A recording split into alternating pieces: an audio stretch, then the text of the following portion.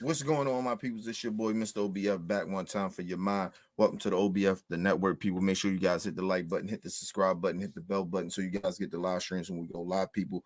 And if you can donate to the channel, go to OBF, the real Cash App, and donate to the channel, people. We highly appreciate anything you guys can donate to the channel. Need more information to subscribe and donate to the channels down there strolling below. Make sure you guys hit the like button and share the videos, people, to keep the movement going. All right, people. Y'all know how we do, man.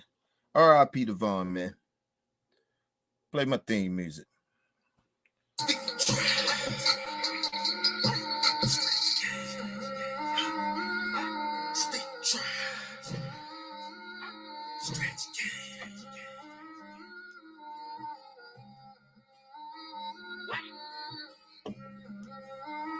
What? Ain't got no holes in me. I be quick to run up, let it pop. That's just the O in me. Rest in peace to Simple 8 apart. That was the O to me. Couldn't get that shot right up in this time. Brother told me. Couldn't get a bond and set it out. They put that hole on me. 4, 5, XDs, 50s out. Glizzies, please treat me, bitch, please. You know I grew up on that violence. DOA turn off them sirens. I be thirsty on these ass from Cicero to Stony Island. This bong it on your ass and you wouldn't birds. Yo, preacher all in church, reading up for verbs. If folks are mad at me, I put in too much word. They say advance it back, cause get back, ain't got my back. But I'm still strapped, can't go like that. I'm still a killer before the rap. I swear I killed the broke her back. Yo, hold me down, smoking that. I'm tired of smelling too good in Lamar. And I'm tired of scrap. I'm thinking about creating a new pack. Hey, DQ, who was that? Ain't no exposure me. I be in them trenches where niggas say he's supposed to be. Told them where the nigga ass up. He can't get close to me. Fine nigga ass up. He gon' need surgery. Avalanche get his ass up. He sold his soul to me. He a hoe. He a bitch. He a rat. He a snitch. I'm 6'0". I'm 6'0". I got 50 shots in this Lizzie and I promise I will miss before I let her alley who me put that 40 to her shit. It's gonna be a murder. Smoking swap. And I got my scraps. Roll a burger. Tough as hell on the net. Other than not a heard of. For a poppy juice on that. That's that syrup. Libby in the kitchen with some pots. He gon' stir up. 12. Get up on this bitch and stack. We gon' skirt. Lonely headshot head. Don't disrespect. Your face on the shirt. Out that Zico Tuka in that fast. We gon' put in work. Sneaky talking saying this and that. Just gon' get him murk. You don't want them shells from that map. Chase a nigga down like Ricky. Shoot your back. We shoot up the kick back. Bend his back to the mat. I'ma die for my sassy block where it's at. Ain't no exposure to me. I be in them trenches where niggas say he's supposed to be. Told him where the nigga ass up. He can't get close to me. Fine nigga ass up. He gon' need surgery. Avalanche get his ass up. He sold his soul to me. He a hoe. He a bitch. He a rat. He a snitch. All right, people.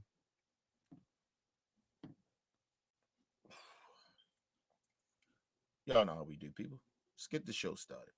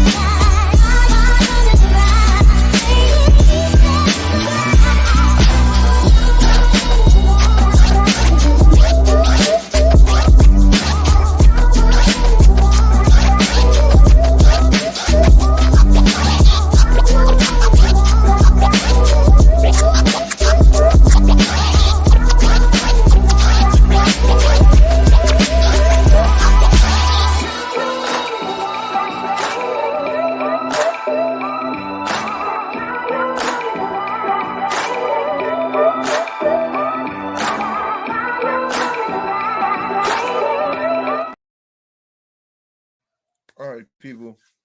Welcome to the OBF, the network, people. Make sure you guys hit the like button, hit the subscribe button, hit the bell button so you guys get the live streams when we go live, people. And if you can, donate to the channel. go to OBF The Real Cash App and donate to the channel. People, we highly appreciate anything you guys can donate to the channel. Need more information to subscribe and donate to the channels down there scrolling below. And if we highly appreciate anything you guys can donate, and make sure you guys share the videos and hit the like button, people. Help the movement keep going. All right, people, listen. I wanted to do this for a minute, but sometimes you gotta take your emotions out of shit sometimes when you talk about some of these type of situations and shit. And I apologize, people, for the next live stream. I'm gonna do a part 2 of that to finish it off. My internet was acting up. I had to call my fucking internet people and see what the fuck was going on, man. My internet provider. So my shit was acting up, but they say it's better now, so that's why I'm doing the live stream. But it just ran across my table. Somebody sent me this video and shit, and they asked me to talk about this. But I wanted to talk about it. I've been wanting to talk about this King Von for a minute and my feelings about it. Listen, man. I'm a old school nigga. So like I just move a certain type of way. And like I said, I always tell people Chicago is just bigger than Baltimore in a way, but them niggas move like we move. So Baltimore niggas got a lot of respect for Chicago niggas. It just is what it is. You know what I'm saying? I got some people that live out in Chicago and shit like that too. So, but we respect niggas out there in Chicago. Listen, this street shit is real shit to like Baltimore, Chicago niggas. Listen, and not saying other niggas in different cities is not like that and they don't take that shit serious, but in street life and the hood shit, like that shit is serious to us. You know what I mean? We don't really got shit but street shit. You know what I mean? We not saying, motherfuckers can't go out and work, but where we from, ain't no niggas kind of niggas that make it out from where we from, niggas make it out from Baltimore and Chicago, niggas that make it out of our neighborhoods and shit like that. You know what I mean? We look at them niggas. You got some niggas that hate on it, and then you got some niggas that hate and jealous of it, and then you got niggas that push you to stay the fuck away. You get what I mean? That really give a fuck that you ain't a part of that shit no more. So that's all we know. We just know street life. And I always told people about King Von. King Von, it's easy to connect with him if you're from where we from. Regardless where you at in your life, you can connect with that because if you come from that, you know what that dude is saying, that shit is day-to-day life. And so when I first heard King Von, I was just like, yo, I like shorty. You get what I mean? I think music raw shit, but I mean, when you get in the game, you kind of like gotta speak that real shit. You know what I mean? And niggas knew who Von was. Listen, his ops or whoever, and we're gonna talk about that, his ops or who niggas he was beefing with or whatever.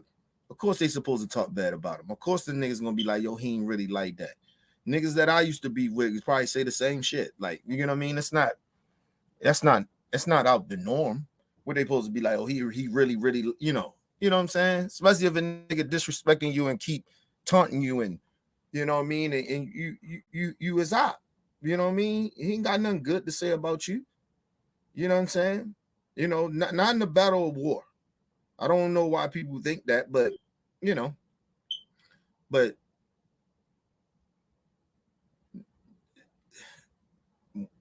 Von reputation was like nigga that was like that.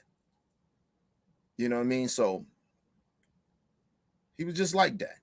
You know what I mean? Listen, do niggas over exaggerate shit in their raps and shit like that? Yeah, of course they do. I mean, that's just a part of hip hop too, but you speak a lot of real shit in your raps. From a lot of niggas that knew Von, he was like that. So I can't say that those niggas align. You know what I mean? I can't even be mad at his ops for feeling the way they feel about him. You know what I mean? And saying the shit that they said. You know what I'm saying? Both things could be true in a way, right? But the truth is the truth. Only person that knows the truth is Vaughn and God. That's it. But you know, he's gone now, so he had, you know, he got to speak for a lot of shit that he did and didn't do or whatever, right? So I ain't here to do that. But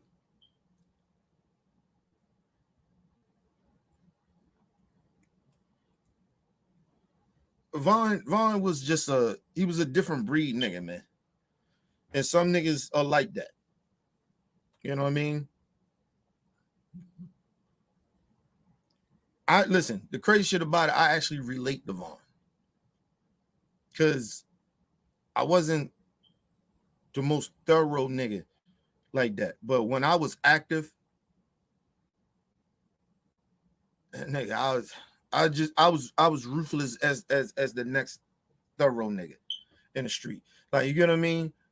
So you gotta understand, like, when you live in that, like, you live in that this type of lifestyle that I'm talking about, living in that street shit, like, niggas, yo, you lose yourself in that shit. You get what I mean? Because you don't have no hope, and everything around you is your hope. You get what I mean? Your niggas, your the lifestyle, the guns, the drugs, the violence, that all that shit is what you know that is. That's all that works for you. You feel me? Like, I don't think people really understand that you can lose yourself in that life. That's why you see a lot of niggas, you be like, these niggas gone way too far. But believe it or not, if you ain't from that life, you really can't understand why them niggas can go that far. I done went way too far. I know plenty of niggas I know that went way too far. A lot of them ain't here no more. A lot of them in jail. But they still ain't here because they in jail. Like, when you in jail, you dead, nigga. I don't give a fuck what nobody say. It's like being dead. But yeah, you can lose yourself in the street shit, man. You know, and I think that was Vaughn. Vaughn was probably, listen, dude probably had a great heart, from what people say, heart is big as gold. My heart was big as gold too. But when you on violent shit, when you on that street shit like that, shit go out the window, bro. You know what I mean? Like, I know when I got shot and shit, nigga, I turned into a demon. I ain't gonna lie about that. I turned to a little nigga like Vaughn. I was like Vaughn. I was on some other shit, bro. Like, that's how shit can change you that way. You know what I mean? Just see that street life, it can change you. You know what I mean? And one thing about street life, you don't want to keep getting violated. Cause see, if you are a nigga that continue to keep getting violated, other niggas think that they can just violate you. You know what I'm saying? So you almost got to go to the extreme a little bit. You know what I mean? So niggas don't play with you like that. You know what I mean? And so a lot of people don't be understanding that shit. And so a lot of times people, you know, a lot of people, you gonna hear a little shit. A lot of people gonna say, like, you know, Vaughn was a crash dummy. The nigga thought he was super tough and shit like that. But a lot of times, yo, if you come from where we come from, yo, you almost damn near gotta be a super tough nigga. You damn near gotta at least have that persona of, like, nigga, I will do anything. Like, you know what I mean? And so a lot of times when you see Vaughn doing a lot of shit he was doing, it might have was a part of his personality, but the other part was that nigga, he had to keep that up. He had to have that persona to be this super tough nigga, this super killer nigga, like, cause you don't want niggas to play with you. And I think a lot of times people don't understand that. And if you're a former street nigga, I think a lot of niggas understand that, but some niggas get out the game and they pretend that they you know, they don't understand that. So two reasons of that you niggas pretending that you don't understand that, because you want some phony shit, or you out of touch, right? Or that you really probably wasn't really like that in the streets. So you can't really relate to a nigga like Vaughn anyway. I wasn't the most super tough nigga in the streets, but I can relate to Von. I understand why he acted a lot of the ways he act. I get it. It's understandable in a way. If you think about being a part of that street shit, it's understandable to me. You know what I mean? But let's get into it. We'll break a little bit of this down. But R.I.P. to Von, man. I love Shorty music. I thought he was special. I thought he could be bigger than what he was before he died. He could have been even bigger than that. But I tell everybody, karma is real. It just his karma came around, bro, and it was just his time to go. You know what I mean? From a lot of the stories and shit, he did a lot of dirt, bro. And I told y'all, when you come out the streets, a lot of times people don't really understand it. A lot of times, if you did so much dirt in the streets, right? You most likely might get killed in your neighborhood or killed in your city, or you could be out of town and some fuck shit happen. But usually the fuck shit that happen, if you ain't get killed in your city or something like that, if you was you was in the streets or you're a former street nigga, listen, and you get killed like the way Von got killed, that was just karma, bro. It was karma. It was shit that what goes around comes around. He was just mocking FBG Duck. And from what people saying that he put a bag on your head. He got his niggas to kill him. So like it's just karma, bro. You know what I mean?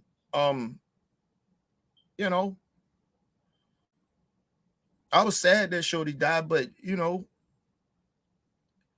mean, what you expect, yo? You live that life, you put that type of energy out there too. You gotta understand, you put that energy out there, then niggas gonna test your gangster.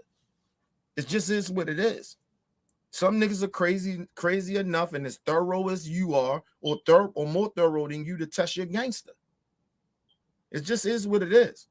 And if you're a former street nigga or you're a street nigga, you understand what I'm saying.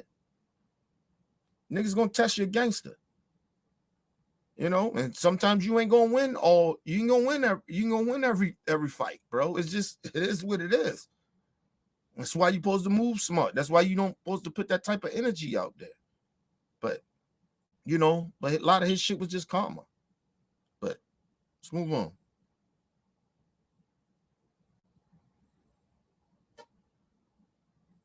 Every rapper has something to say about King Von. Some rappers think he's a legend, while others claim he was as tough as it seemed. Von, no. I beat that. Make you cry until I embarrass you. Von. And you gotta see how Dirk really feels about him. This is what rappers think about King Von. Starting with Wooski, because Wooski and Von have never been on good terms since they were known ops. Because Von has dissed Wooski a ton and always made fun of him. So when asked about King Von, here's what Wooski had to say. What do you think when you hear his songs and him name dropping you and everything?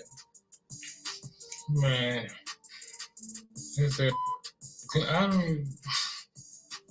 that'd be funny to me. Cam Capone also asked Wooski about King Von's documentary that Trap Lord Ross posted, and he let it be known that they were hyping Von up in the documentary. How do you feel about these documentaries in general? Man, they just be running their mouth saying anything. They just rerun. Now you gotta understand too. This is a nigga that's op. You know what I mean? A lot of these niggas, and then you gotta think about it. See, people think it's kind of weird that a lot of these niggas knew each other, went to school with each other, but it always been that way. You know what I mean? When I was growing up and shit, there was a lot of niggas that I was like, believe it or not, right? Quick story. A nigga that I wound up being my man, right? Like I've been knowing this nigga since like back in the day, elementary type shit. And he was my op back in the day. We used to beef with these niggas, right? When I moved away and shit, came back, Baltimore and shit, got in the dope game and shit, right? The nigga peoples, my big homies in them was his peoples, right? So we wind up like kind of like it not saying nothing about a lot of that shit to a certain extent, or we clashed because we didn't clash because it wasn't like, you know, we was real young then. So, you know, but you know, now this is like real life street shit that we in. So like, nigga, your cousins is my big homies. My big homies is his cousin. So it's like, you know, how you supposed to somehow you gotta work that shit out. Right. So we wound up not even like really talking too much about that shit, but we brung it up to each other and shit. He wound up fucking around with my cousin and shit, having a baby by and shit, and got my little cousin and shit. That's his daughter and shit. But man, this nigga, we sold dope together. You know what I mean? My big homie that we sold dope for was his cousin. So like, you gotta understand, like, it's always connections with niggas. You know what I'm saying? Like, the only difference in a way, right? And that's just probably because how I moved. But I had cousins and shit that was with niggas that was enemies of mine. Niggas that we used to beef with.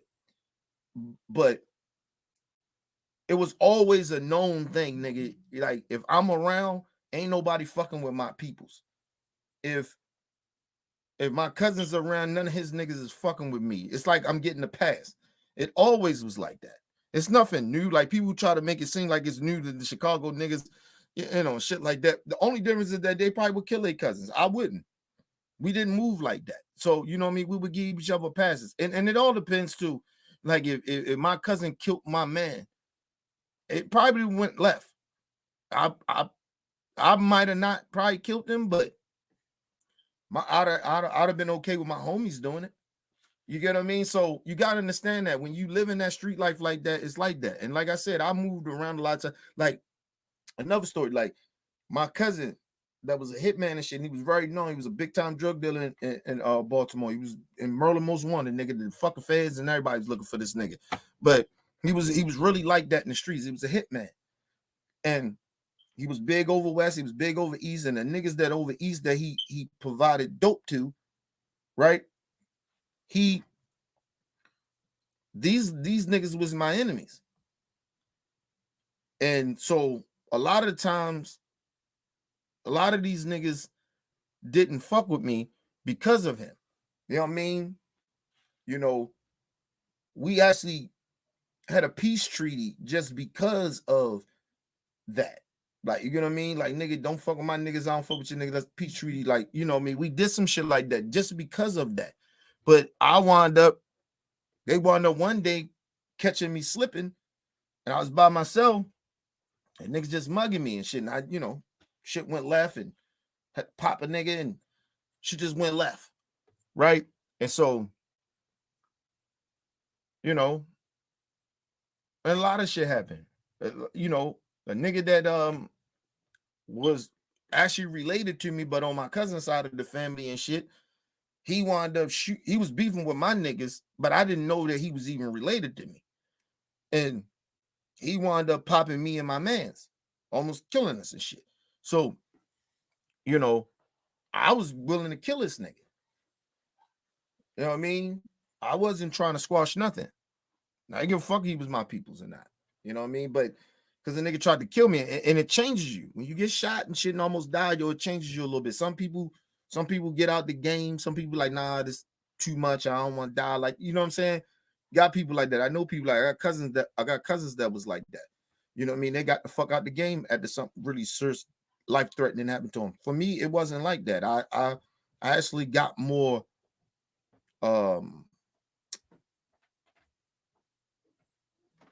more violent, if you want to say. So it changed me in a way. But yeah, I was willing to kill a nigga. We had to like my cousin and shit of the hitman and shit. He had to kind of like, you know, make a deal with me because I was gonna kill this nigga. But you know, nigga left town.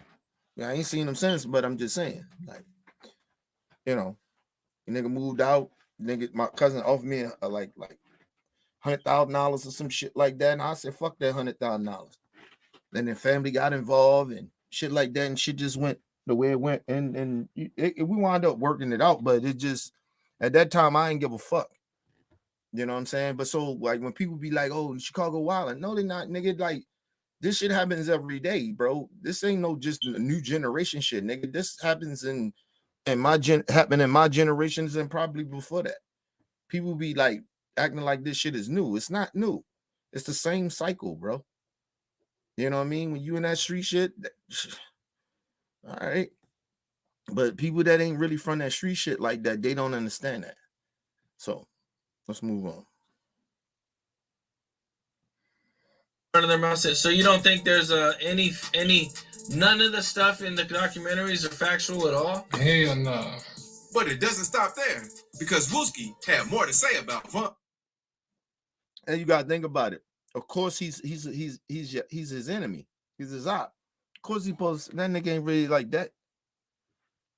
When you in that lifestyle like that, ain't none of them niggas really like that. Your ops ain't really like that. You know, a part of you know that they like that, but you ain't gonna admit that because it in the street life shit, it makes you look soft. You know what I mean? And you don't, like I told you, these dudes don't want to present themselves as soft.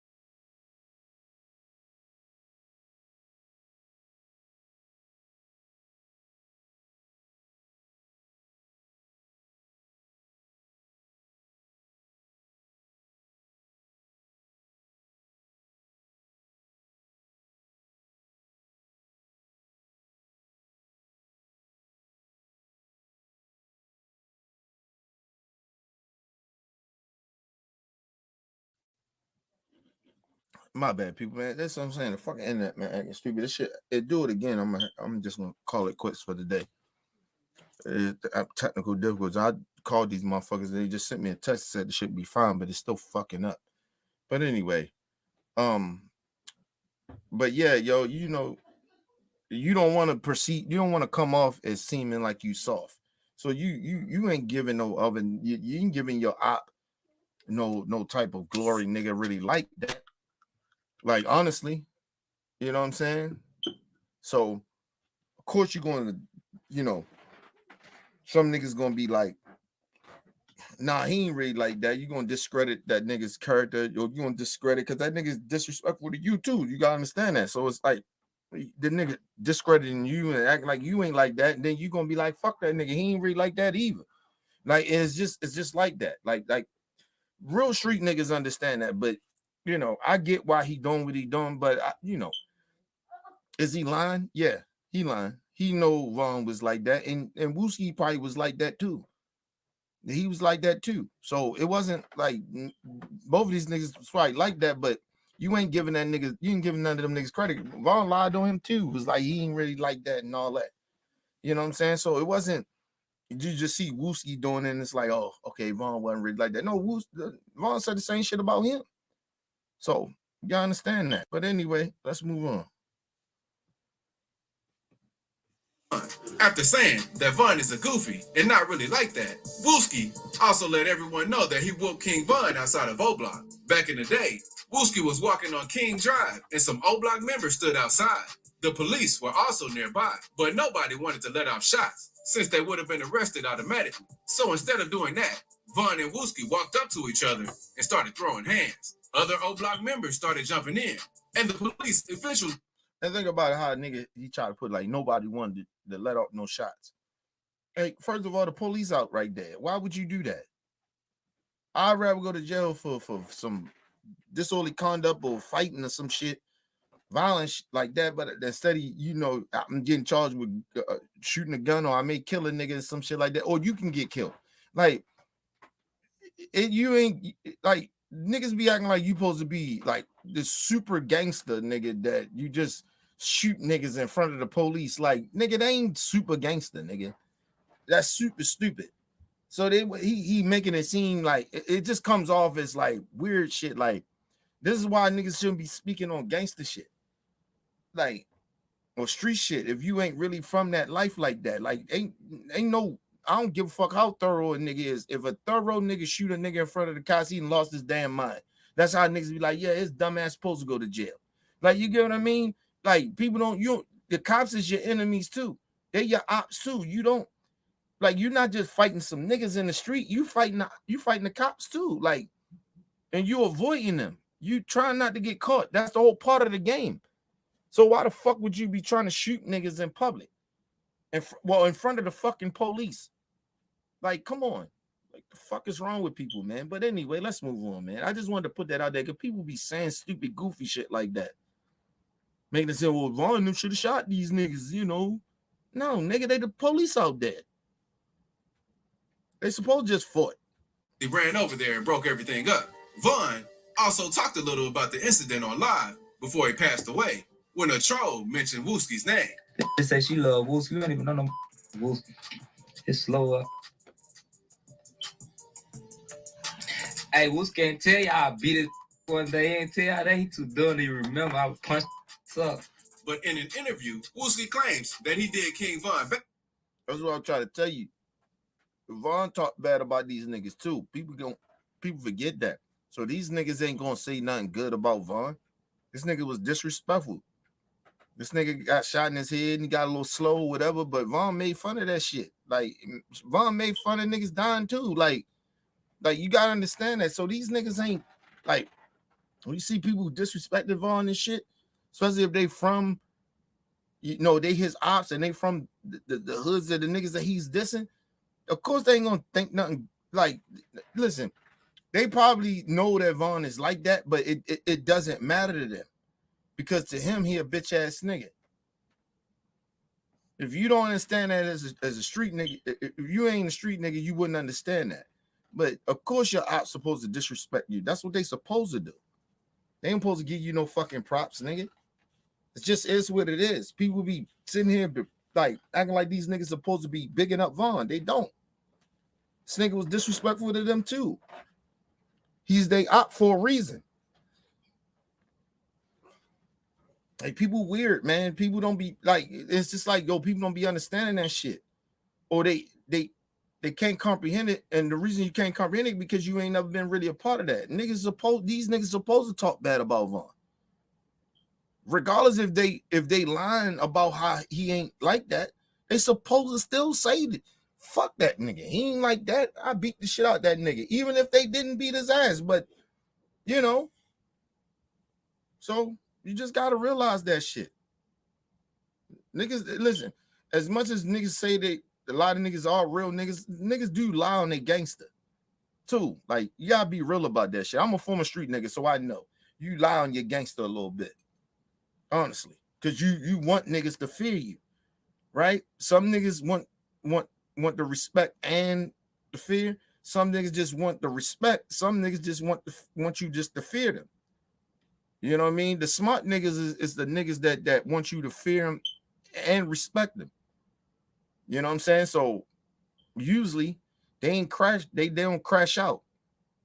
So a lot of the times, and they understand when to hold them. You know what I mean? Be like, nah, all right, I see. You know what I mean? You gotta know how to move. They the motherfuckers that want respect and they want you to fear them. But they motherfuckers like that always know how to catch you slipping. Or they gonna wait on you. Yeah, all that disrespect, nigga, I get you. You get what I mean? But your enemy's supposed to feel that way. They never supposed to give you credit for who you really is in that street shit like that. And I ain't saying all of them like that, but niggas is yo op like that, and really got issues with that nigga, yeah, of course that nigga gonna think you a pussy ass nigga. Supposed to think that. Let's move on. Supposed to talk bad when they about got you. to fight. They thought they was just gonna stand right there. We got the whooping they and Now let's move on to FBG Duck because he's Von's most. Now, mind you, both of them probably lying, right? Von and Wooski, because the police was there. They broke this shit up. So you couldn't have been fighting that long. So nobody really got their ass whipped. It's like when you see niggas fighting in the basketball games and shit. It's, you know, the referees they gonna break that shit up. So nobody really gonna get their ass whipped. You just trying to get your lick in. You know what I mean? But you know, let's move on. Most popular op, and he claims that Von used to try to hang with them, but was playing both sides. An unimaginable evil is headed straight for us. Commercial break, people. Commercial. Most popular op, and he claims that Von used to try to hang with them, but was playing both sides, so they decided to beat him up. One day, Duck was on live talking about Dirk and Von, and here's what he had to say about Von. Especially Von. He know he got SP. Sugar. He got his beat on the bus. Yo ass used to hang with us. When Sugar, he flipped because your ass was scared. Not too long after this, No, it wasn't. And I'm gonna tell you, God rest his soul to FBG Duck. Listen, he lying because listen, I'm gonna tell you how that shit goes. That war kicked off, and a lot of them niggas was doing that. A lot of them niggas was hanging with they ops. All of a sudden, these niggas they ops, right? They wound up being they ops, right? But they wasn't ops at first. They niggas went to school together. They played around. They was little kids together. So when the beef really kicked off, really like that, niggas was like, "Yo, you still fucking with them niggas over there, but you hang with us." Like that's how that goes. It wasn't like nigga was playing both sides. It was just like nigga, we all grew up together, but some fucking shit, some gang shit, really like separated, violent shit separated us. That's how that shit goes, bro. It ain't niggas that's playing both sides. Now, don't get me wrong. When you in that street shit, you see it that way. So Duck ain't wrong, but he wasn't wrong by what he was saying, but he is wrong. He wasn't playing both sides. I can see how you can look at it as playing both sides. And that's all say you say, oh, he was scared. That's why he switched to the other side. No, y'all niggas beat him up. Y'all jumped him. Y'all fucked him up. Like, so if I'm Von, I'm like, nigga, what? Oh, nigga, yeah, nigga, I'm gonna ride with these niggas over here. Y'all niggas just beat me up. I'm not gonna keep coming over here. Y'all gonna beat me up. And if I'm thorough about myself in any type of way like that, I don't hang around with niggas that's gonna beat me up. That beat me up. That's like you get to the point where niggas they done bullied you. Only niggas that get beat up by they niggas is they've been bullied by they niggas. Right? Like I fought a lot of my homies back in the day that I grew up with. I was real young. Them niggas is not my friends. Because I understand you don't fight your friends. Now, when you're a kid, it's a little different, but I still, me, myself, I'm sensitive in that way. Right? So I don't fuck with those niggas. If I had to fight you back in the day, nigga, you really not my friend. Right? But I probably maybe can get over it now because I'm older and I ain't part of that street shit. But, you know, it was other shit that niggas did that I grew up with that was on fuck shit. You know what I mean? That they did. It was just more. It was more than that. You know what I'm saying? So I don't really fuck with niggas that I if niggas I grew up with I had to fight. I fuck with them now. No. You know what I mean? And so, I you had homies. Excuse me, I had homies and shit that watched me get bullied and they ain't do shit about it. But then when they got bullied by the bully and shit, they wanted me to jump in and help. And I wound up doing it, but I'm just saying, I understood I understand loyalty and sometimes fear too. I get it, but nah, you know what I'm saying? And I didn't even look at it. I was getting bullied back in the day. I just looked at that shit as like that shit came with the streets. But you know, as you get older, you understand niggas was bullying you. You know what I mean? And I beat the bully ass. Don't get that shit twisted. I beat a couple of bullies niggas ass. I got their ass back. It wasn't like, oh, it was one sided. They beat me up and shit. You know, I got my lick back, nigga. But you know, it took a minute. Because, you know, you got to get self-confidence. If you ain't built that way, like that, you know, you ain't no fighter. You ain't no motherfucker really like that. You don't really know how to fight. You don't really know how to stand up for yourself and shit. You're gonna get bullied. You can get punked in the hood. We didn't call it bully back then. We called it you getting punked. And so got punked a couple of times. To that shit, you know, to I like had enough of it. You know, so a lot of what Duck saying was like, nah, bro, it ain't nigga switch sides on you, bro. You beat this nigga up. Y'all jumped him. And then you expect him what to ride with y'all after that? Oh, yeah, he was playing both sides. Nigga, how you gonna play both sides when all y'all grew up together? And something tragic happened in the hood that where niggas had to pick sides and y'all was angry about whatever, and then y'all found out, oh, he was hanging with them niggas. You don't think he was hanging with them niggas before you? Come on, bro, stop it. Like, it's just weird shit. These niggas, they make excuses of why niggas, they got a problem with niggas. No, nigga, you had a problem because of whatever happened. Those niggas over there that Vaughn was cool with, as well as he was cool with y'all, but he cool with them niggas, they did something to your niggas. Nigga that you was close to.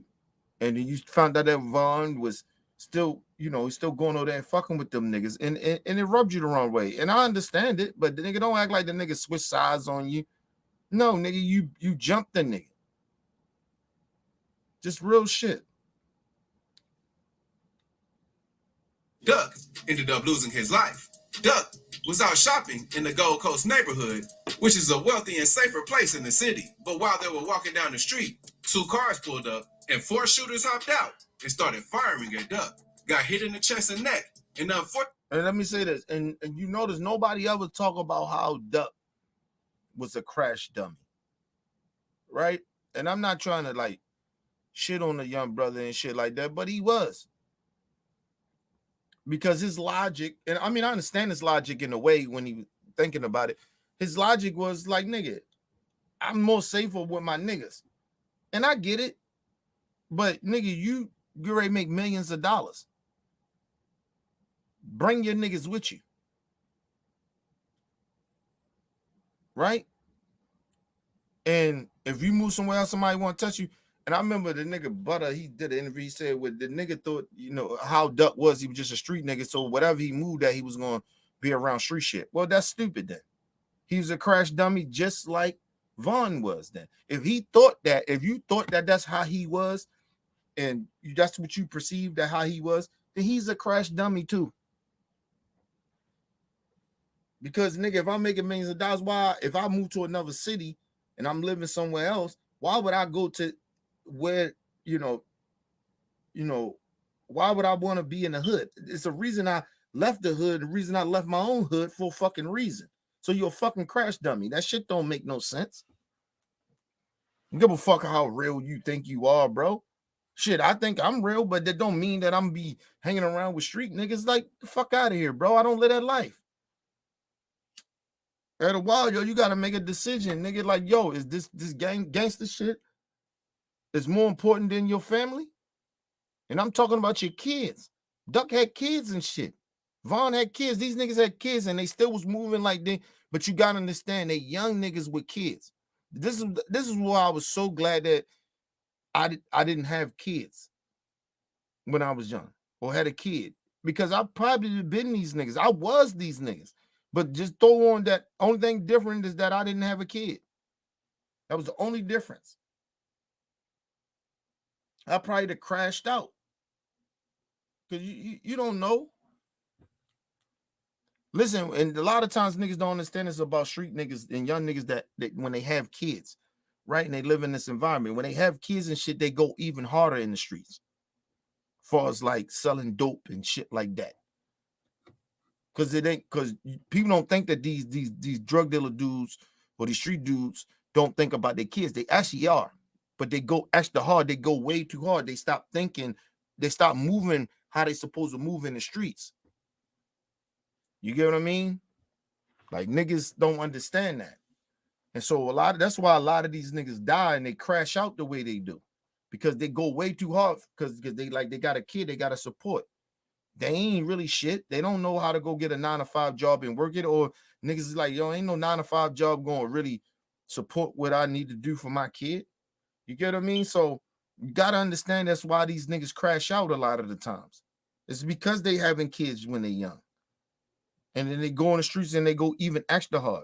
But if they didn't have no kids, they probably would slow down a little bit. They probably would move right. They probably wouldn't crash out as much. But, you know, people don't understand that shit. Let's move on. Unfortunately passed away that day. Soon as the news broke, Von went live to celebrate since he didn't like it when Duck spoke on him. What y'all on? Y'all good? Ain't no more FB. But all of King Von's ops don't think bad about him because Brick Squad rapper P. Rico didn't have anything bad to say about him when fans asked him what he thought about Von. But I like him though. I ain't gonna lie to you and Joseph. I don't phone now. Y'all happy now? I just told y'all what I told y'all. Now what the You gotta understand that, you know, he from that same shit with Duck and them, but you gotta understand, like, niggas. That's why I said everybody that had a problem with Von didn't really see Von that way, because they respect this gangster. It's some niggas that do respect your gangster and they respect it. They don't move. They don't move like everybody else. You know what I mean? Von probably ain't do as much dirt to them as what others perceive that. And you just, like I said, real gangsters respect real gangsters, and some niggas are like that. They respect gangsters. You know what I mean? There's plenty of niggas that I respected that was really like that. That was niggas that was on the other side. You know what I mean? They respected me. It wasn't no, when we seen each other, it was tension, but it wasn't, nigga, we understood like how shit gonna go. So, you know, it was always like that. But a lot of niggas wasn't like that. A lot of niggas was like, yo, fuck that nigga. Fuck me. Like, fuck Kenny, nigga. Fuck K-Rock, nigga. Then nigga can get it, nigga. You know what I mean? From the other side. We get that nigga when I see him. Like, it's on sight. So you have certain niggas that's like that, and then you have other niggas like, yo, like, I like the nigga. He my op, but I like the nigga. I respect the nigga. I respect this gangster. It's always been like that. People acting like this shit is new. It's not new. I'm a former street nigga. I understand exactly what these niggas are talking about, and I get it. If you ain't from that street life, you don't understand what the street life shit is. Is niggas a little bit more?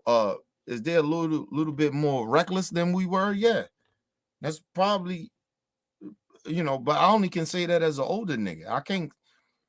If I'm in the streets with them right now, and I probably wouldn't think they living that reckless. You never know. So, like, my OGs used to think we was reckless. So, we was doing shit, we was being a little too reckless and shit like that. But our OGs could check us and shit. They don't got OGs that can check them. So that's part of the difference. That's part of the problem too. But, none of that shit is new. None of this shit that they saying, people acting like, oh my God, they so different from our generation. They really not. They're really not. They're not really. Listen, a lot of this shit that's going on, they're not really that different from my generation. It's just that we did listen to our OGs and we had our OGs. These niggas don't listen to their OGs because they don't have OGs. And then they don't know what an OG is. Their OG is a nigga that's 4 years older than them. Our OGs was 10, 15 years older than us. They was our OGs. These niggas OGs is 4 years older than them and still out there in the streets. still being as reckless as they is. So it's not no guidance there, bro. Like they don't have no OGs really. But anyway, let's move on. What else you want from me? Now let's move on to Lil J, because King Von and Lil J did time together in Cook County Jail, and both of these rappers were doing a lot of crazy things behind bars. So when asked about Von, here's what Lil J had to say. He was still my shorty, man. He was scared of me, man. Double O, man. That was still my shorty, man. He went on shit, man. See these Chirac, that music might sing good, man. See these I have on the Chrome. And many fans said that they... Now let's just say this nigga Lil J, come on, bro. You listen, and I'm gonna say this though. People might think I'm tripping, but I ain't tripping off this shit. Listen, and nigga, you can't really say if a nigga is scared of you or whatever. I mean, you can, but you don't really have no more credibility, like as far as a street nigga like that. You lose that street credibility when you lie about your sexuality. You're a gay thug, bro. And listen, Lil J is probably still a gangster nigga, but he's a. I told you a lot of times that's what jail will do to you. Listen, jail can turn niggas gay too. I just keep telling y'all that. You know what I mean? Jail can turn a lot of them niggas gay. And people don't be understanding that shit. That nigga went to jail, and a lot of his homies all of a sudden down coming out saying, oh, he was suspect even before then. Well, y'all knew this nigga was suspect then, but y'all still was giving him but that's because he was still doing gangster shit. So listen, gay motherfuckers can still be gangster too. Don't get that shit twisted. But you know, the era I grew up in, ain't no gangster nigga, ain't no gay niggas, gay gangsters rolling with us really like that. I had a gay uncle and shit. That nigga, he was really like that. He'll fight, he'll shoot a motherfucker, but he was gay. He was on drugs and shit. So yeah, like, but we protected him. He was good. Nobody fucked with him. I mean, he wound up dying over some shit in the streets with drugs and shit. He tried to get over on niggas and shit with some drugs or whatever. But you know, God rest his soul. But you know, that type of shit happened in the street when you doing fuck shit. So, you know, I miss him, but you know, I understand. You know, it's like a lot of my niggas. It still hurt that they gone and they dead and shit. But I understand the lifestyle. The lifestyle, you don't get to be acting like this shit don't supposed to happen to niggas that you close to if you know what the niggas is like. You know what I mean? And what y'all all kind of, you basically signed up for. You kind of was okay with the shit. So like, you know, you can't, it hurts, but you can't be mad about it. Like, you know what I mean? Unless you still a street nigga, that's different. I'm not a street nigga no more, so I'm not mad about a lot of my homies that's dead. Like, you know what I mean? Or in jail and, you know, not here with me anymore. But, you know, when I was in the street and shit, yeah, that shit, I was angry. I wanted revenge, but I ain't in the streets no more. I understand that, you know, excuse me, that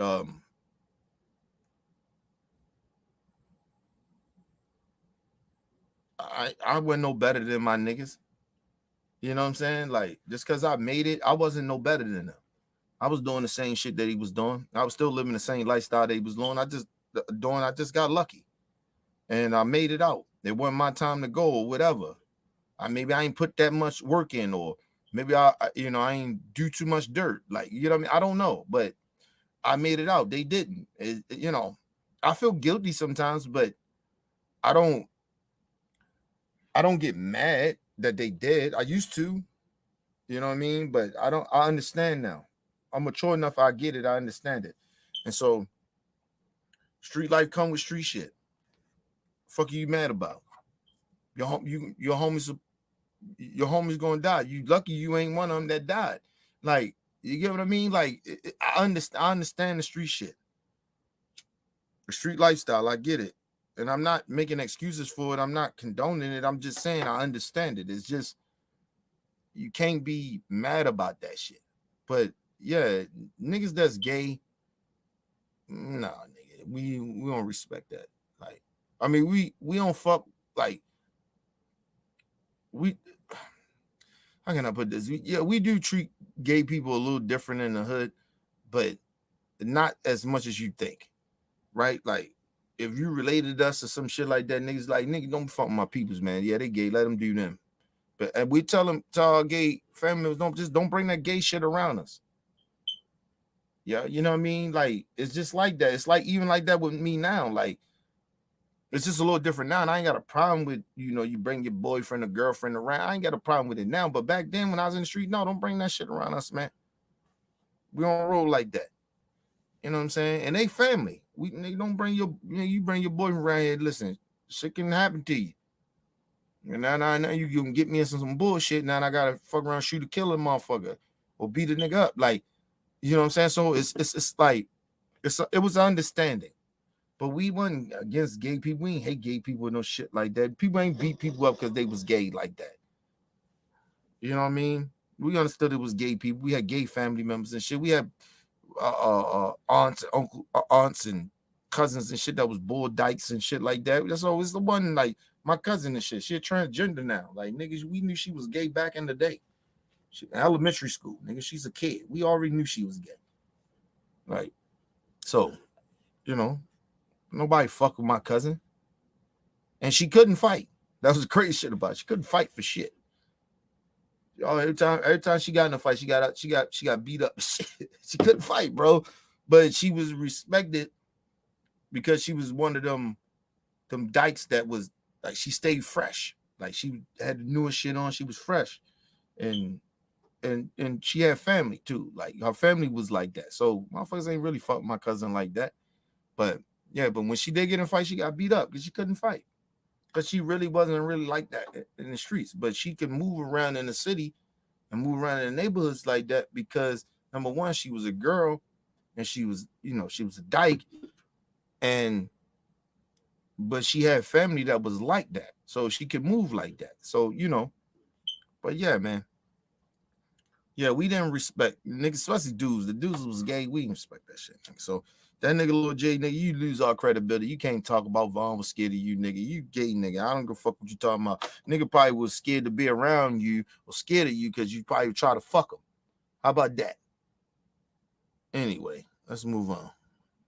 They don't really think Von was scared of Lil J. They think he avoided being by him while behind bars, since Lil J is known for doing some questionable things while in jail. Because Lil J's own partners didn't want to be around him while in jail due to him fooling with.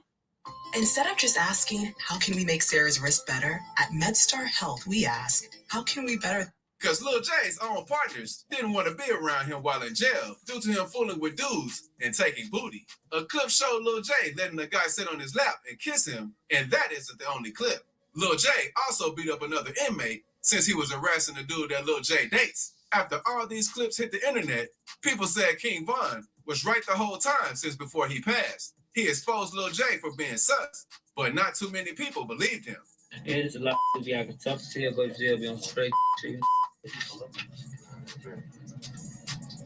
Perfect example, Lil J. 051 Kiddo is another one of King Von's ops, who he had to do some time with while in jail. And Kiddo was actually King Von's cellmate. So when Kiddo was asked about King Von, he's and people, I want y'all to understand too as well, is that people get this shit misconstrued too. Like when you are like jail and prison is different. Like when you in jail, like a lot of fugazi shit do happen in jail. Believe it or not, it's not really structured in jail, right? Well, when you go to prison, it's structured. And so a lot of that gay shit people be talking about, that happens in like jail. Jail is different from prison, bro. So that's why you hear them stories about niggas getting raped and, niggas doing homosexual shit like that that's because that's jail. But in prison, it's structure. And we ain't saying rape and homosexual shit ain't happening in prison, but it's structured in a way.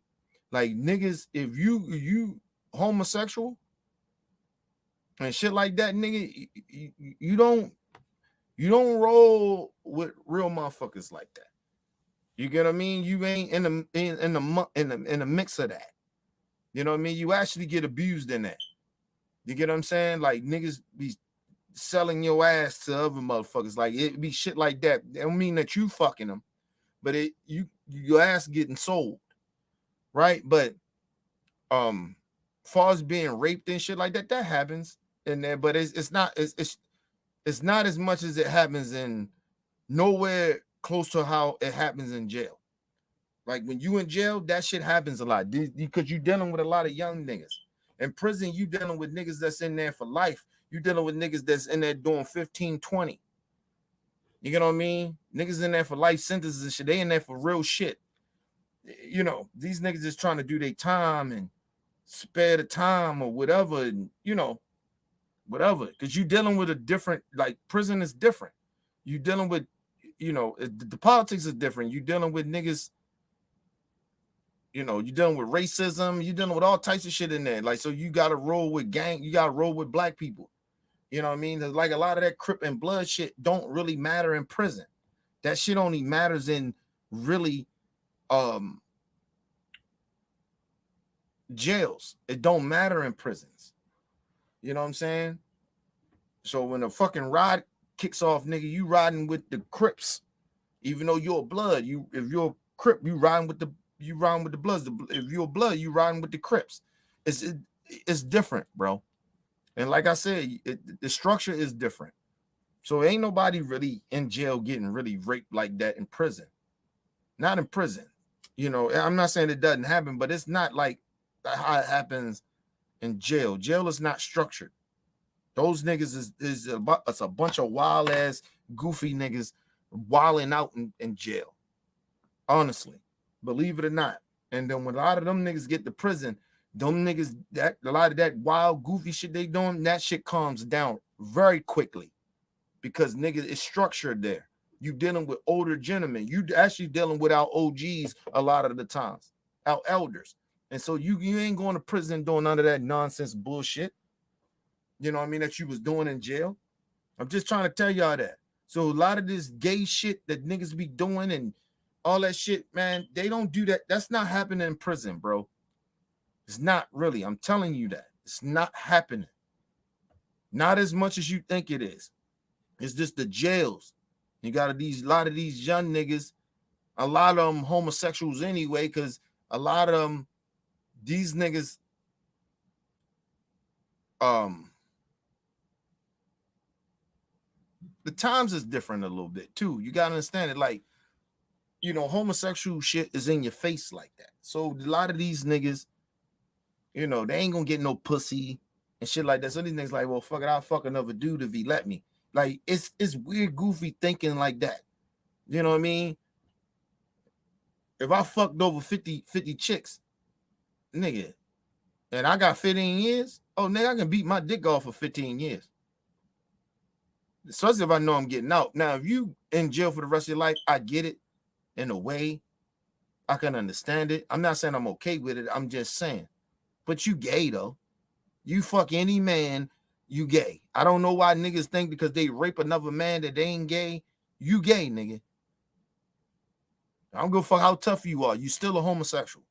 Seriously. Ain't no real heterosexual man and no fucked up reason. If I'm in jail for the rest of my life, nigga, I ain't thinking about because I'm in there the rest of my life. I ain't gonna get no pussy, so I'm gonna fuck a dude. Nah, bro. Fuck out of here with that. A lot of niggas do it because they think they can hide that shit while they in jail.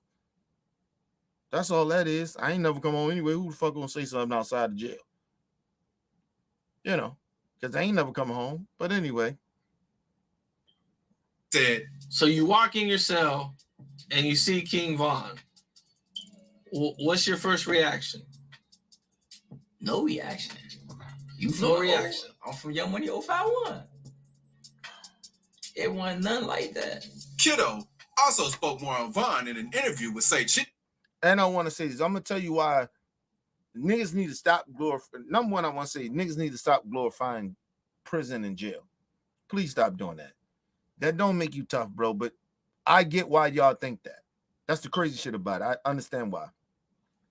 Listen, if a nigga could say, yo, it's like a reputation, right, in the streets. If a nigga can say, yeah, nigga, I did 3, I did 5, I did 10. Nigga, I was in there. Because when you go to jail, nigga, you go to prison, like, anything can happen to you. It's like living on a plantation. It's like being a slave.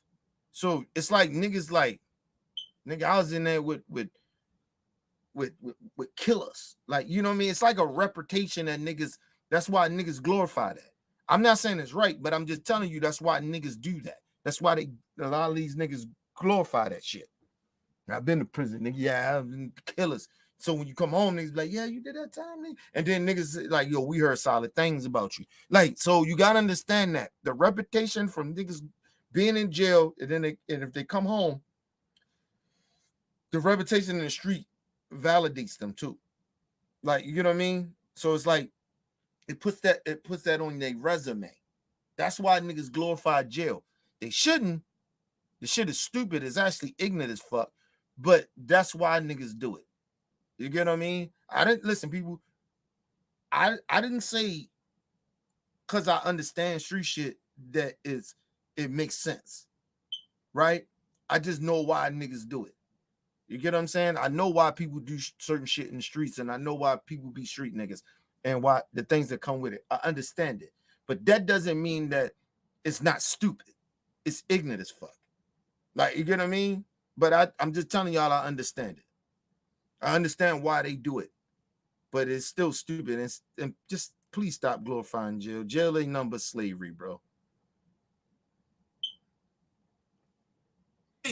And even though the two were ops, it seems like they had a lot of respect for each other. He fought for me. Yeah. Oh, bro, he fought for me, bro. He fought for me. I got into somebody it with nigga. was trying to fuck with you or what? Man, no, I got into it with on front of grade. I'm finna fight for you, bro. That's why I tell you, a lot of times when you are in jail or prison, sometimes that street shit, it can lead to in the jail. But a lot of times, it depends where you locked up at and where you at. You might have to side with your ops. You might be like, yo, I got you, yo. You got me, I got you. Like, it happens that way, bro. I'm just telling you. That's why people be like, oh, that shit sound crazy. It doesn't. Actually, it's actually normal shit. If you ain't from the streets, you don't understand it. You ain't never been locked up before, you don't understand that. Of course it's gonna sound crazy to you. But it makes sense. When he was like, he fought for me, I fought for him. They ops though, but you don't know the circumstances when you in them jails. Them jails is different. They're not the streets. All that shit that the niggas be doing in the streets, when you get to jail, it's not like that.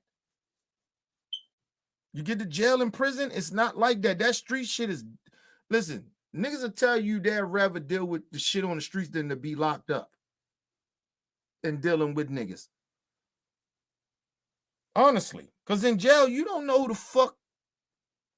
Like, you almost have to have some type of allegiance, you know, with niggas. Like, nigga, look, I know we did in the street, but nigga, we got these niggas. Like, it usually be that way. Because sometimes your ops have ops too, outside of you being an op. You know what I mean? And you could be outnumbered. So you might like, fuck that. All right, yo. What's up, man? You got me, I got you, bro. You know what I'm saying? When we get home, then nigga, it is what it is. But then shit, if you connect that much in the jail shit like that, you come home, you might be wanting to squash some shit if you really like that, if you're a really solid nigga like that. But you know, it is what it is. But people gotta understand.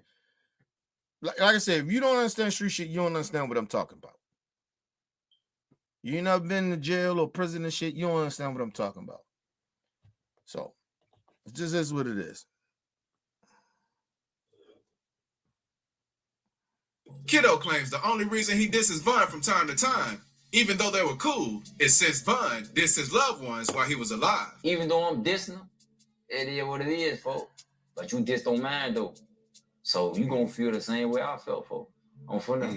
Let's see what another member from 051 had to say. Now, people thought that what he just said was, I remember people said that he sounded stupid. No, he didn't. Like, nigga, we was in jail. That's different. Jail is different from in prison and all that shit. That's different from the streets, nigga. Listen, we get back out on the streets, nigga. We back ops. And probably Vaughn wouldn't have probably dissed his loved ones and shit.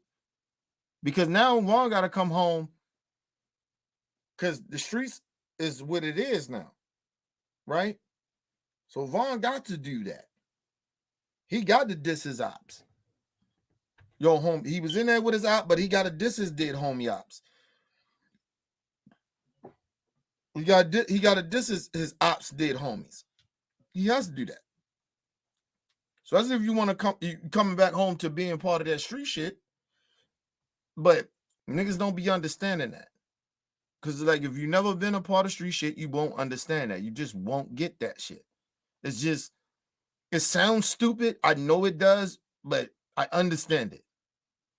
And the reason I understand it is because I used to be a former street nigga. I get it. It sounds stupid to me now, just talking about it. Like even, I ain't gonna say talking about it, but just thinking about it. It's stupid, but that's street life. It makes sense to street niggas. I'm telling you it does. You know what I mean? Doesn't make it right. I'm just saying I understand it. Not condoning it, but I understand it. I understand why he's like, nigga, we in jail or whatever, but then nigga, I come home, man, I'm gonna diss your ass because when you was alive, you was dissing my homies. You dissing my dead homies. When soon as you got out and started fucking with me, nigga, you switch right up on me. And that usually what happens though. They ain't really cool in jail, but they understand the situation. Like, nigga, let's ride with each other right now, nigga. We outnumbered or blah, blah, blah. You know what I mean? So that's how that go. And like I said, you can have respect for your ops sometimes. Niggas you be, when I told you plenty niggas that was on the other side of me, I couldn't fuck with them because they was my ops, right? But niggas I was beefing with. But, you know, I respected their gangster. They respected mine. But if shit went down, I gotta roll my niggas. You know what I mean? I'm loading my niggas first. You know what I mean? So that's how I go. And sometimes, no lie to you, if I was cool with a nigga, I respect their gangster, I would give a nigga a pass sometimes. I ain't gonna lie. And I mean, plenty of times niggas gave me a pass. So it you know, it don't always end up in violence that way, but usually it does if some shit go left. About Von, because 051 Melly was probably one of Von and Dirk's deadliest ops, because it is also rumored that Melly was responsible for getting Dirk's manager, Chino, gone since Melly went on IG Live talking about the situation and making fun of Chino. Yeah, Chino Burger, that's what they said. Give me a hand. Worked together for 10 years. 10 years? Yeah. You're great. You still don't know, do you? I don't. And while Dirk and Von were fighting their case in Atlanta, fans asked Melly for his thoughts on the situation. And here's what he had to say. That's all free Dirk and Von. Free I'd rather them dead than in jail. But Von, he was been in jail before. I know how to fight. You hear me? New toast. Even rappers outside of... You gotta think about it. Like, with the dude O'Malley and shit. Like, yo, I know niggas like him too. Like, niggas is mad confident in being a killer. I had homies like that. Them niggas bragged about that shit. We just ain't had the internet. You know what I mean? We had niggas that used to brag about how they killed the nigga and how they shot a nigga or beat a nigga up. I had homies like that. They did. A lot of them dead now.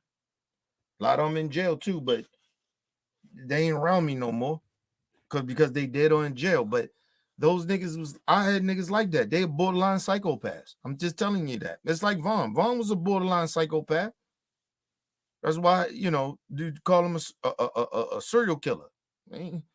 Nigga, a serial killer is a nigga that believe it or not, but that's all. He don't have no reason to kill people. You get what I mean?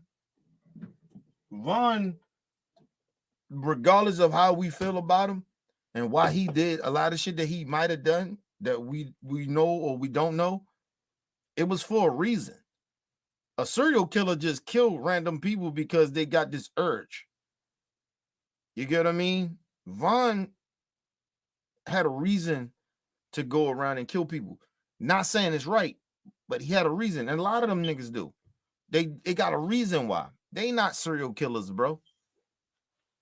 So, like, Vaughn wasn't a serial killer. He just was a nigga that he understood. You know what I mean? Like, and you got to understand, serial killers kill random people, right? But they have specific people they want to kill, but it's more psychological. Like, not psychological, but it's more of some, it's in a weird ass way of why they want to kill this person, right?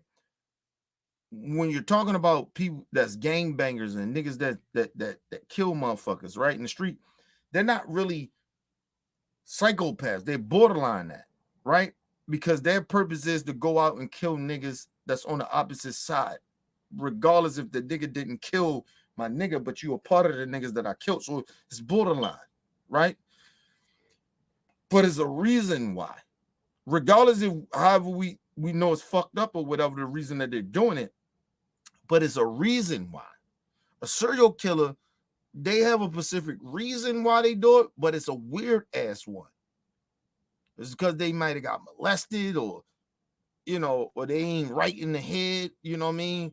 They ain't fully right, and they, you know, or something tragically happened to them or their mom treated them a certain way, so they kill women or kill people. That's a whole nother level of they're actually psychopaths, right? When I say borderline psychopaths, it's gangster niggas because they're borderline psychopaths. I was a borderline psychopath nigga when I was in the street, honestly. You know, them niggas, they got conscience. They do. They have a conscience. Regardless of when they kill a nigga, sometimes you be thinking these niggas is they straight wilding, but then they can really turn into psychopaths too. I'm not saying that because I know a lot of my old homies and shit that's locked up and them niggas in there for life. Them niggas is psychopaths. Them niggas was killers. They like killing. This is what it was. You give them a reason to kill a motherfucker. Give them a reason to kill somebody. They'll kill him. Like, so, nigga, look at a nigga wrong. Kill him. I'm going to kill this nigga. You be like, yo, chill the fuck out, man. We out here fucking with some bitches getting drunk. Nigga rolling dice and you talking about killing a nigga. Sit your goofy ass down. Like, we had to do that with some niggas. So they wouldn't kill niggas. You know what I mean? And then if you got respect amongst the niggas that is killers like that psychopaths like that, they respect you because they know how you get busy. But, you know, because I never was a follower in my clique. I was part of the leadership a leadership part. You know what I mean? I was one of the leaders. So I was never a follower. So, you know, a lot of my niggas used to listen to me. Like, yo, especially some of my niggas that was like that was killers. Nigga, they, you know what I mean? I had a homie and shit. Yo, just a psychopath, bro. You know what I mean? I don't know what happened to him and shit, but yeah, that nigga, yeah, he was crazy, bro. And a part of it came from because niggas, you know, back in those days and shit, light-skinned niggas used to get picked on. So them niggas would go to the extreme. He was a light-skinned nigga, pretty boy nigga too. And niggas used to, you know, thought he was soft because he was pretty. And that nigga was crazy though. He was a wild nigga. He was wilder than me. I tell you that. He was more gangster than me. I tell niggas that all the time. My man was he was more gangster than me. It was plenty of my niggas was more gangster than me, but I just, you know, I had respect and niggas knew what I was capable of doing, and they seen certain shit, but you know, yeah, yo, but it was niggas in my clique that was crazy. Like them niggas was wild. They was psychopaths. My man, you know what I'm saying? I ain't gonna name his name, but my man and shit, light-skinned nigga, man. I'm just gonna call him K. My man K and shit. Yo, that nigga was crazy, bro. Nigga was wild. Every time, nigga, we got it. Like this nigga would, like, it didn't matter where we went, this nigga just was wild. He just would get into shit. Be like, yo, chill, fuck out, bro. We here to fuck some bitches, nigga. Like, yo, chill. But he always had to like prove his gangster. Like, you get what I mean? He was a psychopath, bro. I gotta prove my gangster type. He was that one of them type of niggas. Cause he already got people try to punk him because he was light-skinned and shit.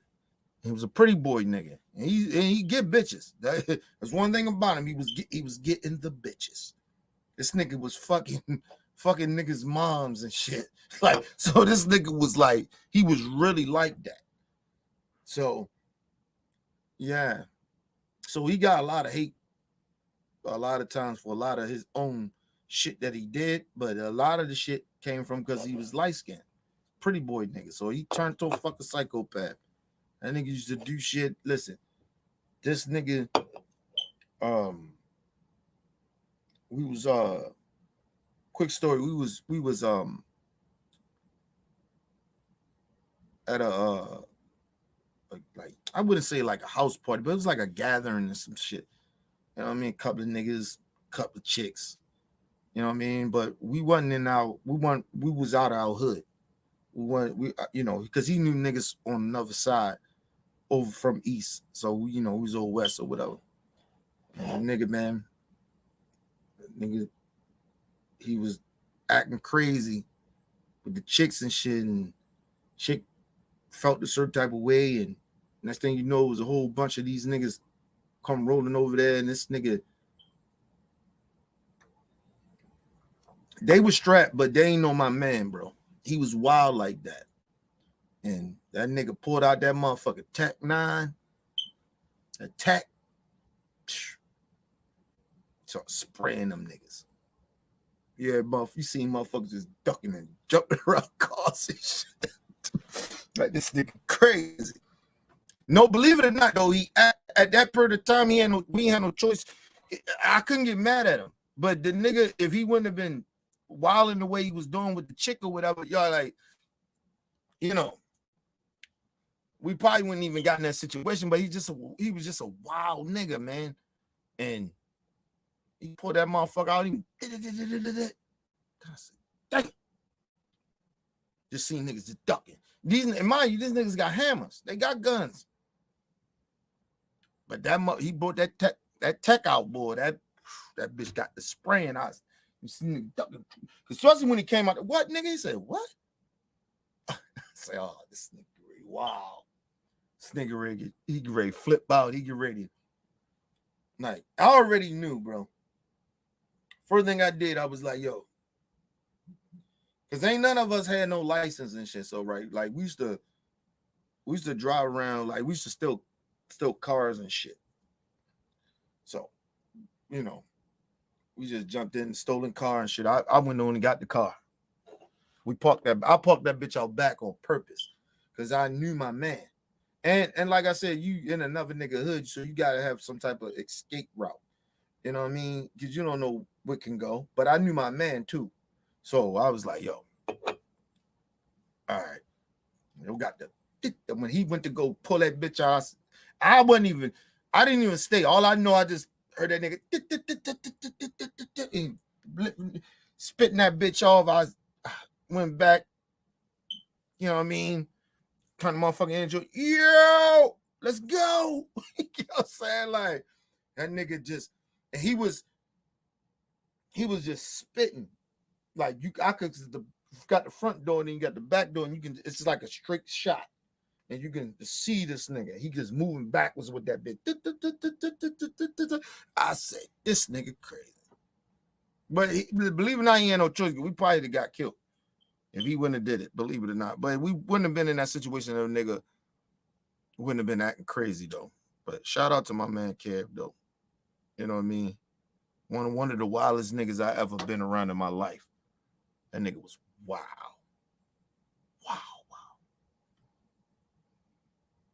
I don't know if the nigga dead or alive. I really truly couldn't tell you. Believe it or not, he was just a wild nigga, bro. He wasn't where I was from. Like, you know what I mean? He wasn't from East Side. You know what I'm saying? He was like a West Side nigga, but the nigga was just he knew so many people in the way, so he could just move around South, West, East, North. He was just one of those type of nigga, but he was just wild. Pretty boy, light-skinned nigga. He just was crazy as a bitch. Anyway. Chicago had things to say about King Von because some claim he was a crash dummy, while others say he was one of the realest people ever. Because many people didn't know that NLE Choppa and Von were very close behind the scenes. So after NBA Young... Listen, we can call anybody that get into some stupid shit a crash dummy. Honestly. If you got a reputation of being on some bullshit, you all are crash dummies. Like seriously, he was just a crash dummy. No, nigga, all of you niggas are crash dummies. Everybody's a crash dummy. Just because you know how to move don't mean shit. But if you out here and your whole purpose, nigga, I'm worth millions of dollars. Why the fuck am I out here still representing gangster shit? You're a crash dummy. You're kind of opening yourself up to the hate, to motherfuckers to come test your gangster. So you're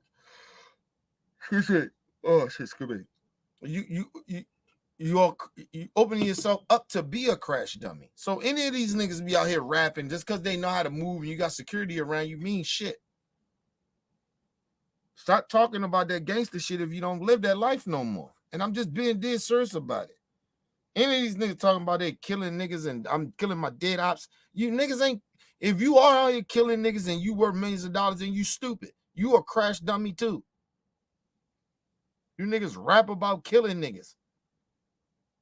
You all crash dummies. Fuck is you talking about? But anyway, let's move on.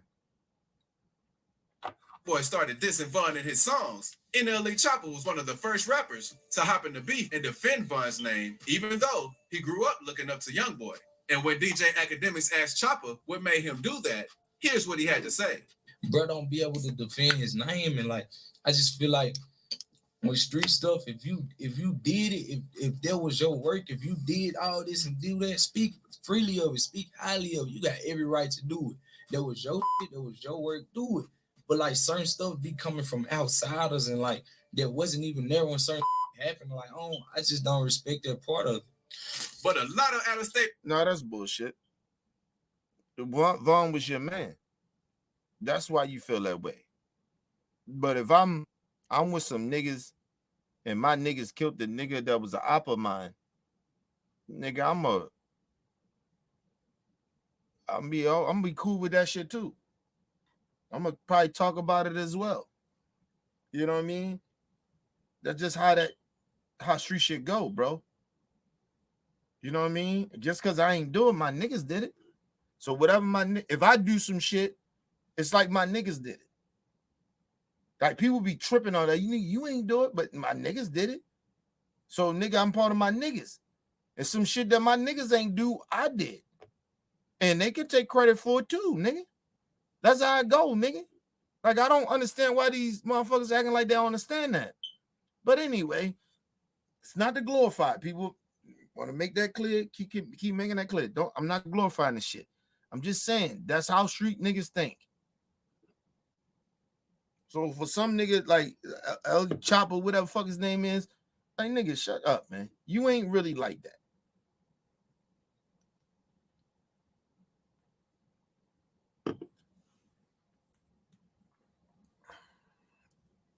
And I ain't saying you ain't got no real niggas around you, but you ain't really probably like that, nigga. Your mama, your manager. Fuck out of here. Nigga, you like a child celebrity in a way. Shut your ass up, man. You know what I mean? Like, young boy can speak on that shit. Nigga, he had beef with Von. Like you don't understand that. Like, I don't understand why niggas be acting like, you know, don't be speaking on like, nigga, fuck out of here, bro. You know, like, nigga, I speak on whatever I want when it comes to my niggas. Good or bad. See, people don't understand that. I speak on the good of the, if I'm a street nigga, I don't give a fuck about what they do that's bad. A lot of my homies, a lot of my beefs and shit that I got into, nigga, it wasn't because of me. It was because of my niggas. My niggas did it. And I had to ride. So they, right or wrong, I had to ride with them. That's just how street shit go. I take credit for shit that they did. They take credit for shit that I did. That's how that goes, nigga. Listen, if you don't understand how this street shit works, nigga, shut your ass up, nigga. Real shit. I'm being dead serious about it. That's why I like, if you ever notice, I don't really criticize street shit. The reason I don't criticize is because I ain't a part of this shit no more. But when I do speak on it, nigga, I'll be very careful how I speak on it because I don't want it, because my whole purpose is to help these young niggas stop being a part of that street shit. So I gotta understand that I gotta be very careful how I speak on it. It's not because I'm scared, it's because I want to reach them. I won't pretend to act like I'm okay and I'm glorifying that shit either. You get what I mean? But you gotta watch how you speak on that shit. Because if you were part of that street and you really was a part of that shit and you was a street nigga like that, you understand it's certain shit, yo, you just can't say regardless if you're a former street nigga. And trying to act like, yeah, we all know it's stupid, but just stop trying to act like we don't understand it. We understand it. I understand exactly.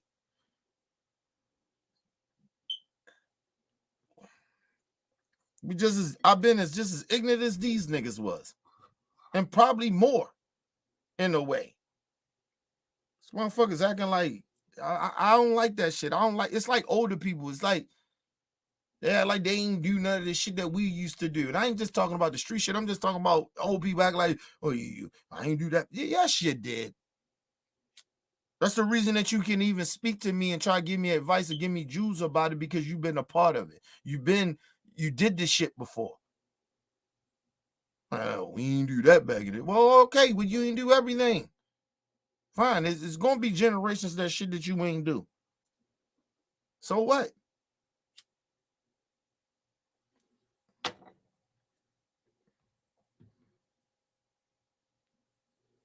Rappers didn't feel the same as Chopper because days after King Von lost his life in Atlanta, T.I. shared a message about the situation and said, "Stop coming here to kill each other."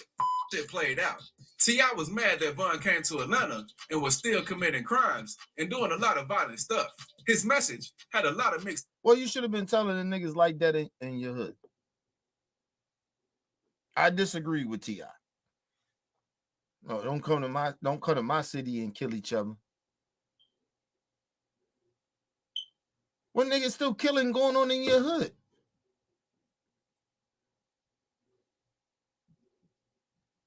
Fuck are you talking about?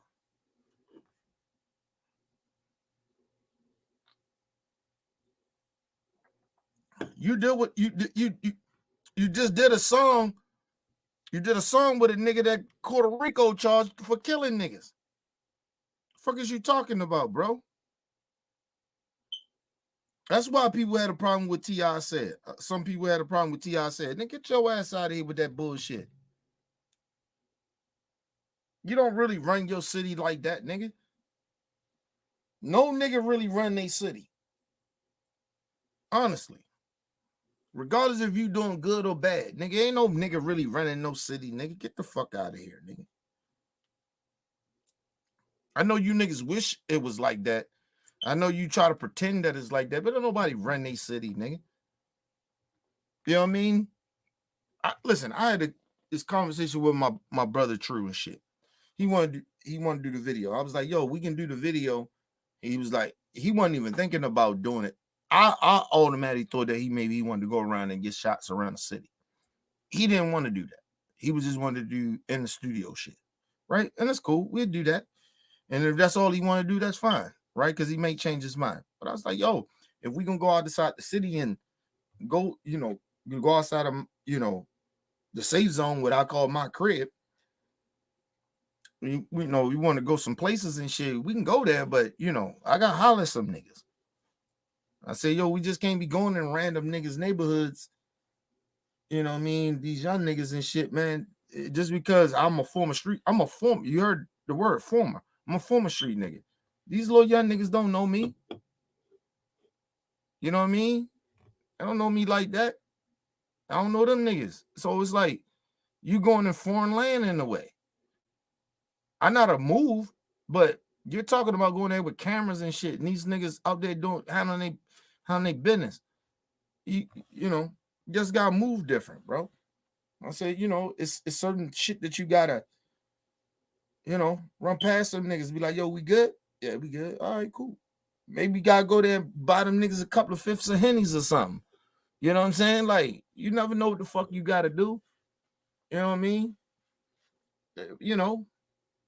Niggas might be just good with just getting in the video. You don't know until you holler at niggas. Just rolling up in niggas' hoods and shit. That I don't know why these niggas think that shit is okay to do. You fuck around and get robbed and somebody get hurt. Shit get shot up.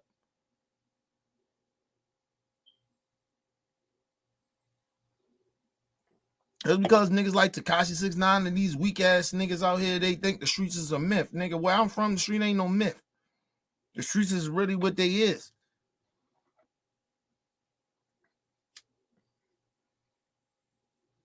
Anybody attest anybody gangster. Niggas hungry out here. Niggas is dogs. You know what I mean? These niggas is hungry. So, nigga, they see food, nigga, they see a snack, nigga, they try and get that. They you know what I mean? Like, you gotta know how to move, bro. And you gotta understand where you at. You can't just be moving around and shit, nigga. I'm from Baltimore City, nigga. I don't just move around my city. I'm from here. I don't just move around my city reckless, nigga. You know what I mean? I know where the fuck I'm going. Like, if I know where the fuck I'm going, nigga, I move correctly. I move like I got some fucking sense. You know what I mean?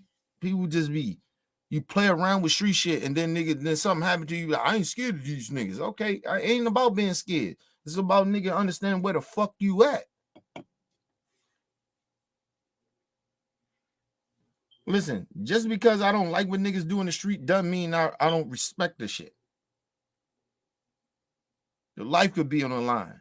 So you better, if you don't respect what they do, nigga, respect your life. All that tough shit. I move wherever I want to move. Okay, cool. You see what happened to stupid people that one think they can just move the way they want to move. You can't move around in every hood like that.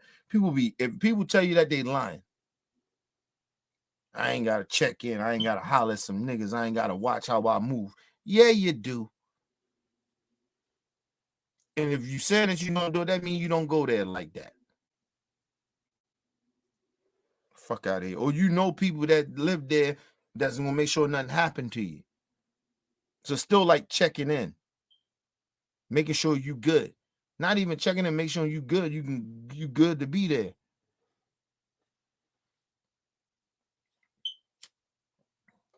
I told my homie, I say, nigga, I go to my, where I grew up at, nigga, I'm good when I go there. But you talking about going outside of that, that's different. You know what I mean? Like, I ain't been in the streets over 20-something years, bro. Like, I don't know how that shit, like, I ought to understand how it worked, but I don't know these niggas. It's not even I don't know how it worked. It's just you don't know the niggas that's running the street shit like that. You just don't. And why would I know? Because I don't give a fuck about it, and I'm not a street nigga no more. Why would I care? I see fighting against niggas being in the street.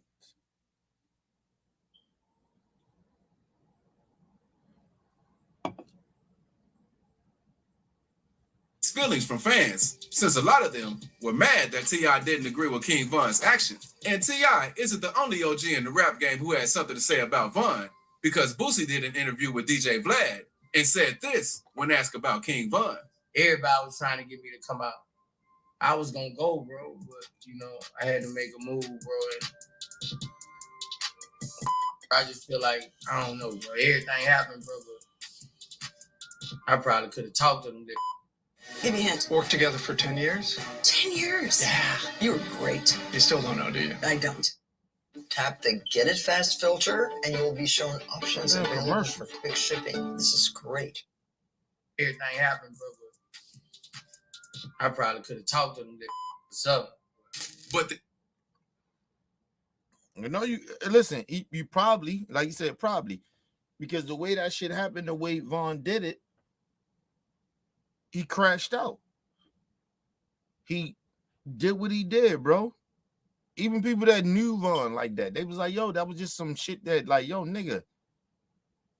This nigga just got up. He got up out of sleep and just moved. And then, like I said, yo, a lot of times, them niggas, and I tell you, a lot of times when people get shot or get killed, or even a lot of times when we go to jail, we sober. I mean, not sober. We intoxicated. Honestly, a lot of niggas is intoxicated. So you not really even in your right mind. Even when you go out to shoot or kill a nigga, you ain't in your regular mind in a way.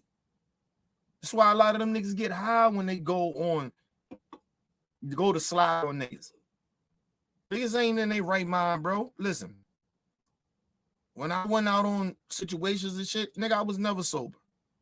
Ever. Because if I probably was sober, nah.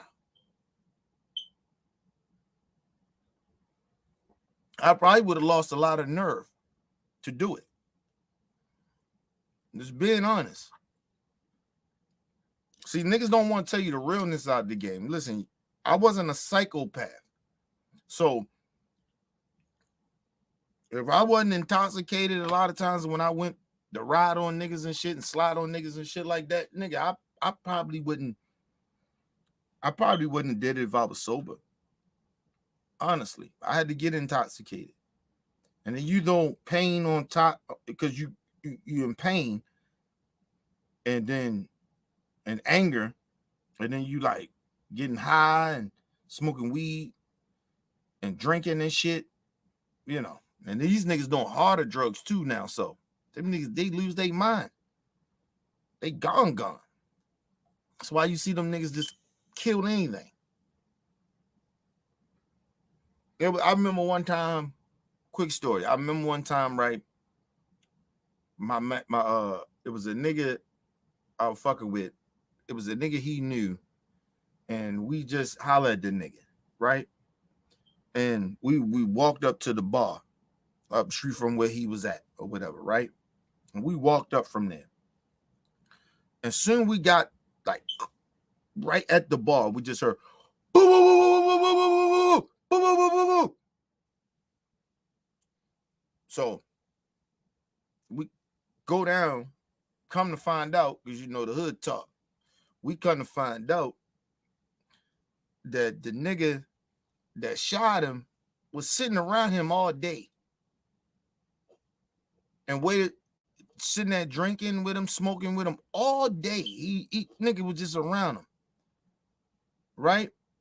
Now, and I can't tell y'all exactly why the nigga did what he did, but it was on some street shit or whatever it was. But the nigga stayed around him all day. It was his man's. What supposed to be his man's. Whatever happened, I don't know the reason why Yo did what he did. But Yo stood around him all day, got high and drunk with him. And that nigga, he didn't kill nobody else. It was plenty of people out there, because before we left him, it was plenty of niggas sitting out there drinking and smoking with these niggas. You know, they was smoking and drinking. When we left and came back, yo, he was the nigga that was my man's homeboy. You know what I mean? He was the only nigga that was dead. And there was about 5 to 6 niggas sitting there. Counting the other nigga make 7 that wind up shooting the nigga and killing him. Nigga knew who he was trying to kill. He didn't kill everybody. You get what I mean? And he was just high and drunk. like off of weed and some Hennessy or some shit. But these niggas be high off of lean and popping pills and shit and doing dope. You know what I mean? So these niggas be wilding. That's why they be going on just fuck. I kill everybody. Like, you know what I mean? These niggas be wilding.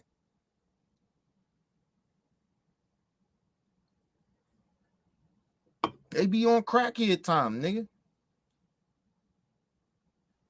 We trying to tell people. But yeah, yo, niggas don't. A lot of niggas ain't sober when they go kill niggas and shit like that. Go to slide on niggas. A lot of niggas when they get shot and they doing crime or whatever. A lot of these niggas ain't sober. These niggas are out their mind. They're trying to hide pain. That's why they drinking and smoking so much. They trying to hide the pain. That's all it is, bro. And the reason I know it, because I used to do it. Nigga, I used to smoke an ounce a day, an ounce of weed a day. You know what an ounce of fucking weed is, nigga? Like, come on. I used to smoke an ounce a day. And then that night, smoke some more weed. So I'll probably smoke more than an ounce. Smoke some more weed, smoke a blunt or two, and drink some liquor. Because I would never drink liquor and drink beer while I'm out hustling and shit. When I'm out there in the field. Never would do it. Because I wasn't really a drinker like that anyway, but I'm over a drinker now, but I wasn't a drinker like that back in the day. So, yeah. Let's take a quick commercial break, people.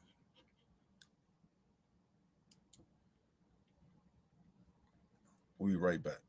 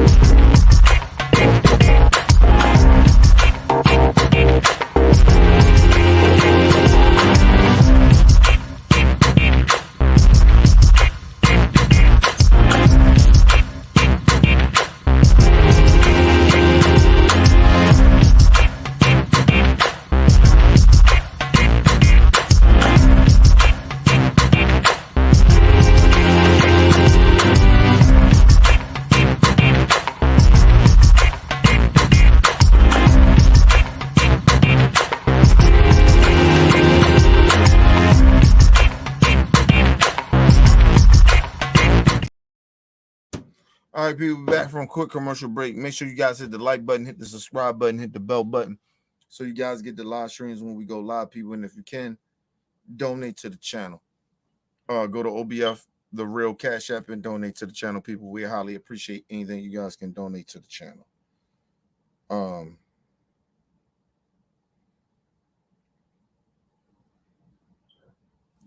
Excuse me.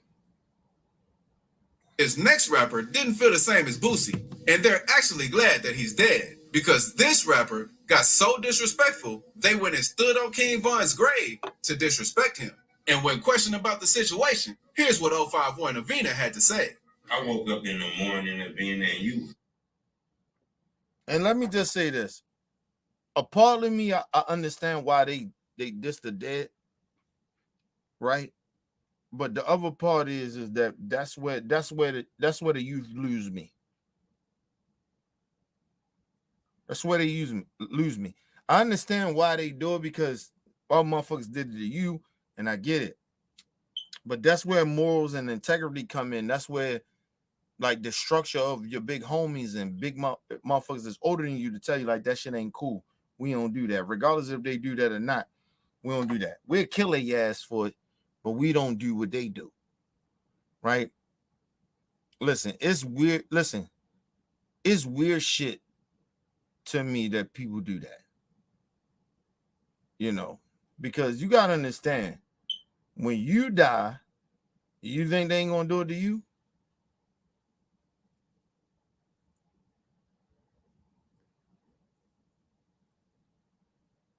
Listen, that's why I said, just because I understand street shit doesn't mean that it makes sense. Right? I understand why motherfuckers do what they do, but it doesn't make it. It doesn't mean that it makes sense. It doesn't mean that I condone it. You know what I mean? So it's stupid to me. I don't understand why young niggas do that. Just because a motherfucker do that to you, that'll make you want to kill him more. I get that part of it, but I don't understand why you think that shit is good, because they're gonna do it to you. They're gonna shit on your grave. They're gonna want to piss on your grave. They're gonna want to disrespect your grave.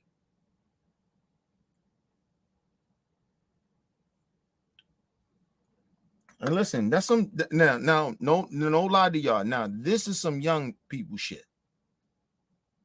This is young people shit. Nobody listen. I don't know no old niggas from any generation before their shit to think that shit is okay. That's some young nigga shit. And that shit is stupid. I don't like it. And it's stupid. I wouldn't shit on niggas like my ops that's dead. I know plenty of them. I wouldn't, rap about them in songs, or even what I'm doing now, disrespect them. They dead, bro. Like, you know what I mean? Like, I wouldn't do no shit like that. But I that's young people shit. That's not, that's their generation. That shit is, and it's whack, and that's some goofy shit. That's goofy shit. I don't give a fuck what they say. I don't agree with that shit. And the niggas is dead, man. Leave that shit be. I remember just getting enough. Niggas got enough that these niggas was dead. As a street nigga. I'm not talking about me now, but I'm just saying back then how we felt. Like, it was enough that these niggas were dead. A lot of the niggas, even a lot of our odds, we ain't kill a lot of those niggas or did nothing to them niggas for them to be dead. They wound up being with some niggas and got killed, or some nigga killed them in their hood. Like, it was enough for us. But these niggas was dead. But we went around, yeah, nigga, that's why your homie dead and shit like that. We wasn't doing shit like that, bro. Niggas dead, they dead, bro. You know what I mean? That's some young nigga shit, and that's unacceptable to me. There ain't no shit that the young people gonna make me understand. Like, I understand that. That ain't nothing I understand. Sorry. Tell the young niggas that. I'm gonna go fuck your street nigga, former street nigga. I don't give a fuck. You niggas, that shit is stupid and it's ignorant as fuck. Believe it or not. And believe it or not, you ain't got no self-respect for yourself, bro. Seriously. Let's move on. Viral as hell, every blog site. It shows a picture of you and King Von Memorial. What if I had to pull it out and piss on him? Yeah, that was the caption. I'm sorry, God ain't blessed me with no. That's all I gotta say. This situation went mega viral. And see, and think about it. You got a nigga that's a little older than her. This is a dyke, look like, maybe. And you got this dude that's a little older than her laughing at it. That's why they feel like that shit is acceptable. If she said that shit in my presence, I'd say, yo, that's some bullshit. I don't respect that. Honestly. I mean, I will ask her to explain it to me why she feel like that's okay, but I wouldn't, even if she explained it to me. It's nothing she can explain to me that shit makes any sense. And like, that shit is cool and it's okay to do because it's the trend. Talk about dead people. Nah. It's like niggas saying, nigga, like, you heard the dude O'Malley. He said, I don't want them niggas in jail. I'd rather for them to be dead. That's actually some real shit. But when you start mocking the dead after they dead, then what are we talking about here?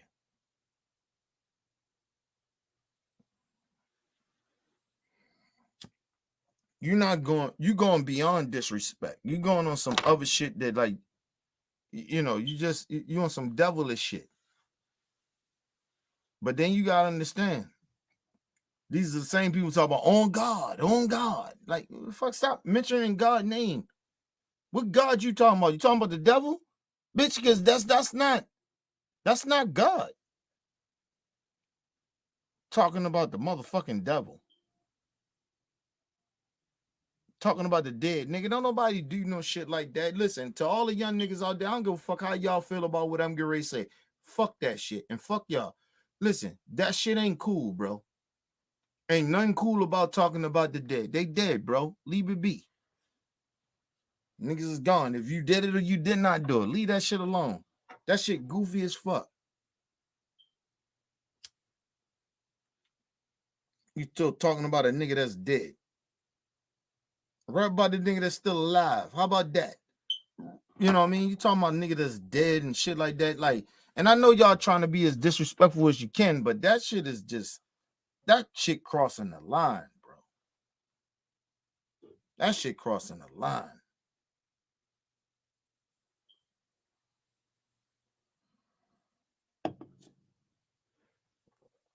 And then you listen, and it's crazy to me because they don't understand. Like, nigga, the life you living, you gonna die. So they're gonna be talking about you. And I don't know if y'all just accept that, like that's okay to do, but nigga, I'd rather for a nigga to be like, yeah, oh, nigga died. Yeah, man, whatever, man. He dead. Fucking nigga. He dead. I'd rather for a nigga say that than the nigga keep disrespecting me in a song over and over again or get in an interview. Yeah, fuck that nigga. He dead.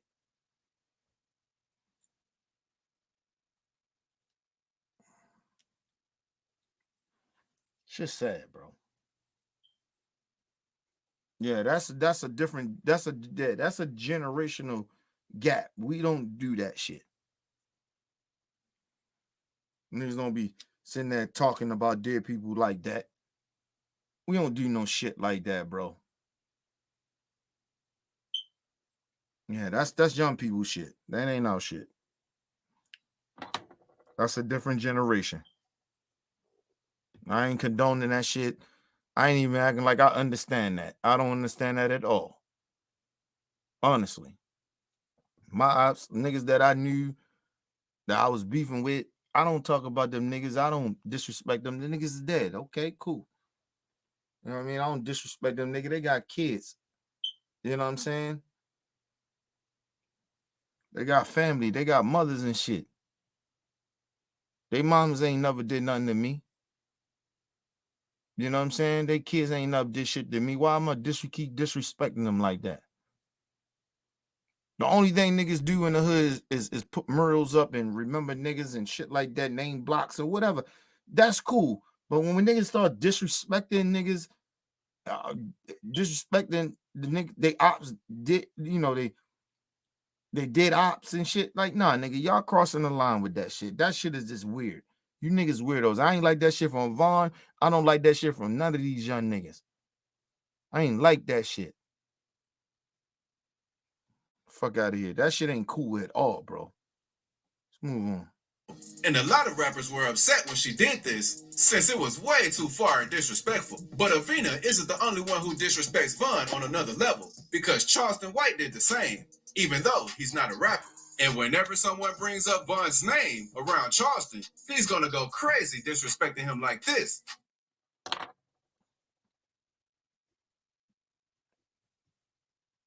And this is what I told people about giving people like Charleston White a platform to speak is nonsense.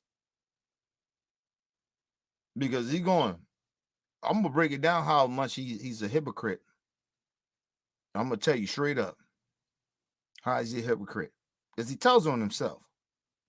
See, a lot of times you listen to, let people talk. They tell on themselves. But come on, let's listen to this ignorant ass 115 pound. This nigga probably maybe weigh 100 pounds. 100 pound ass nigga.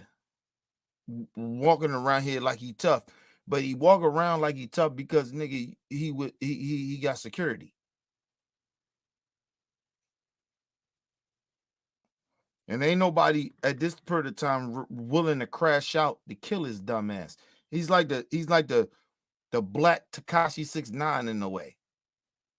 These niggas just talk reckless out their mouth. Fuck out of here. And they make money off of talking reckless. Let's move on. For example, you and your hood in Chicago and everything King Von stand for. Stuck on his head, King Von dead. 1, 10 seconds. 2, 3, 4, 5, 6, 7, 8, 9, 10. King Von all over again. Okay, I'm glad you feel that way. Okay. Many people were confused why Charleston had so much hate for King Von, but he. Now, mind you, niggas say that about a nigga, right? Regardless of how I feel about my ops, niggas that's dead. I don't talk bad about them, right? Like, you know, you keep shitting on the dead. Like, they got mamas, they got kids and shit. He acting like he don't give a fuck about that. He acting like he don't care about that. I understand how bad he was, but that ain't got nothing to do with his mama. They got nothing to do with his kids. His kids is innocent in this shit.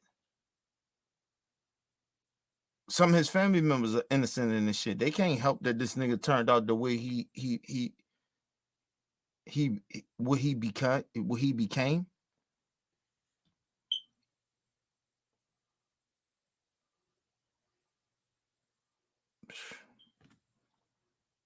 But Charleston White's supposed to be a nigga that's supposed to be a leader. He's supposed to be telling us the truth and being real. Nah, nigga, that's not being real. You being cruel.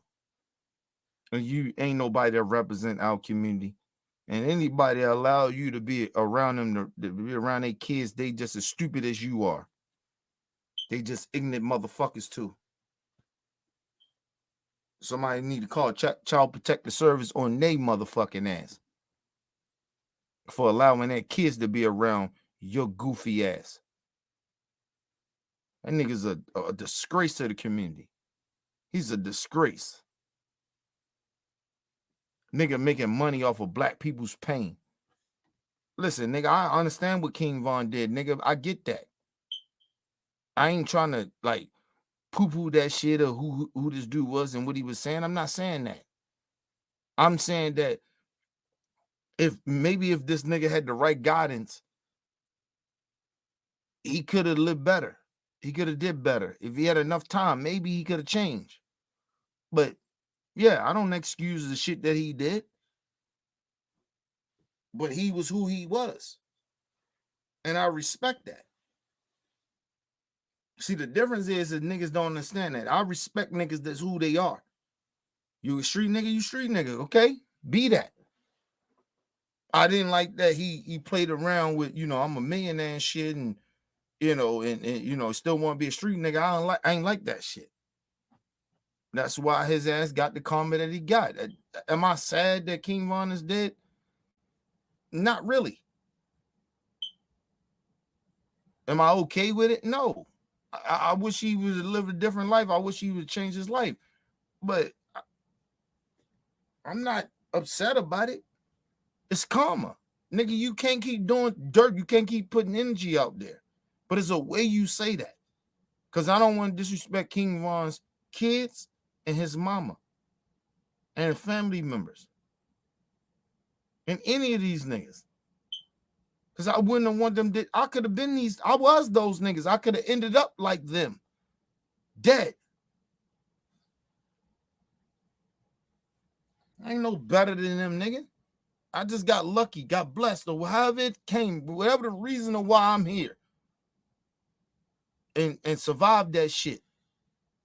I'm here. But I ain't no different than those niggas. I ain't no different than the King Vons, the FBG Ducks, and all them. I ain't no different than them niggas. I ain't different than no nigga in the street.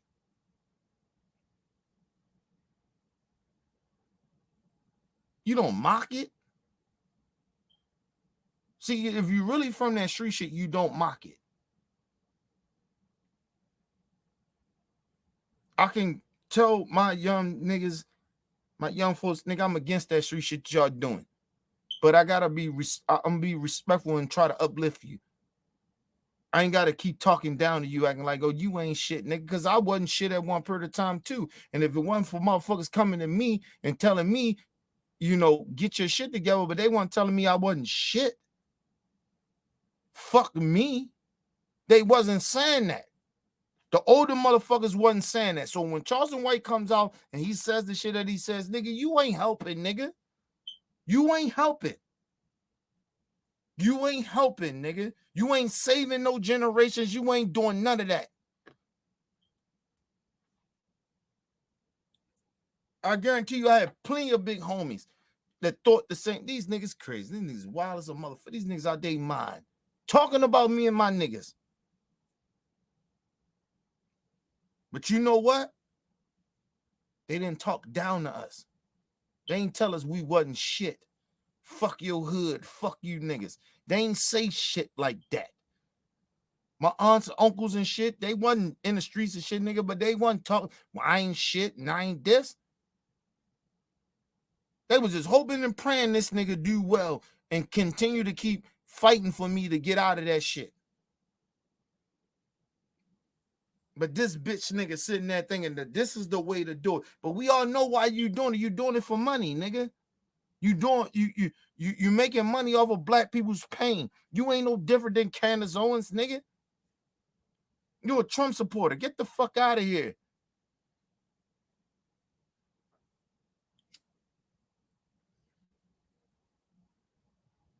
He makes a mockery of black culture. Just like him and Candace. Especially him running around. Oh, I got chains on, acting like, oh, he represent us. Nigga, we do the chains.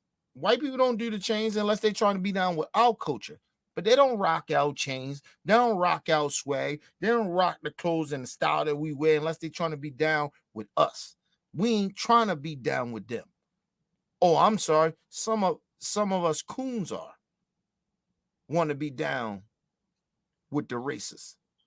So we start dressing like them and talking like them and disrespecting our people, making a mockery of them.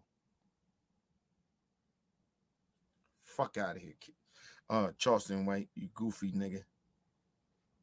He revealed he just put up an act to get under people's skin to bring awareness to the situation so people could see what's right. Charleston even did an interview with Say Cheese and explained the real reason he doesn't like King Von. Somebody asked in the comments, they said, well Say Cheese, why does Charleston White hate King Von so much? Oh, man, he killed black people and bragged about it. He bragged about killing black people. He also said this about him. From your city and from your hood, they're saying, nah, this was demon, this was the devil. And Charleston White, you do the same thing. You speak about killing black people. You're a fucking hypocrite, bro. You wishing death on people. I'm a former street nigga. If my niggas didn't believe my aunts and uncles and people ain't believing me, nigga, and I was out there doing fuck goofy shit, violent shit.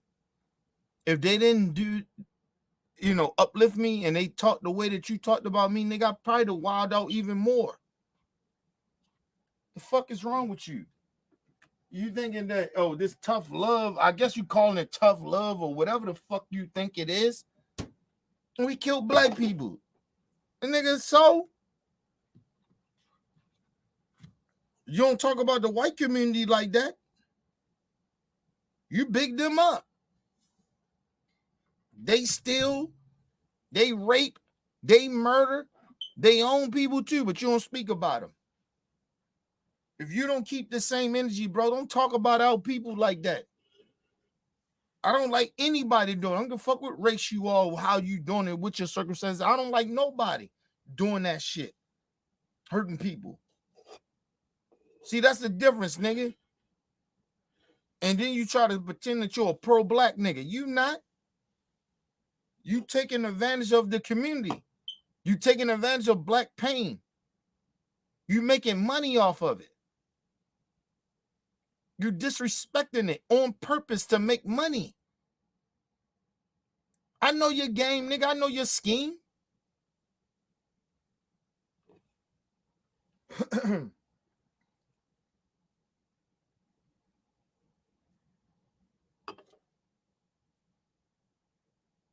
I'm gonna tell people this. I ain't never condoning what King Von was about and what he was doing.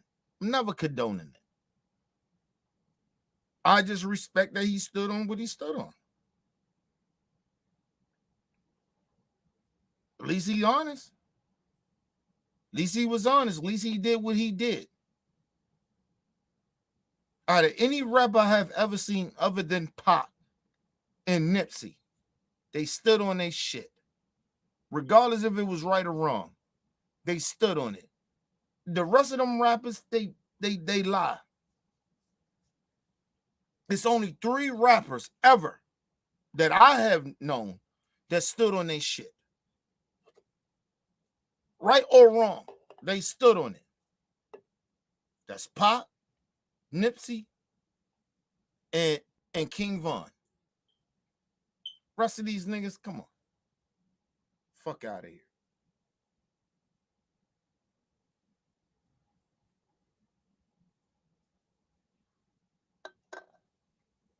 You might not like how King Von said some shit and how he moved and what he did.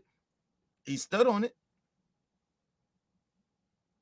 You can't say that about a lot of rappers.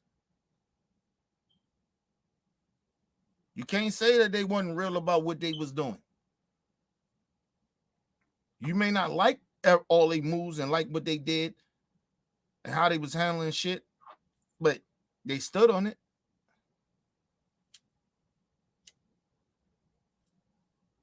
Charleston White, you don't stand on nothing. You ain't really like that.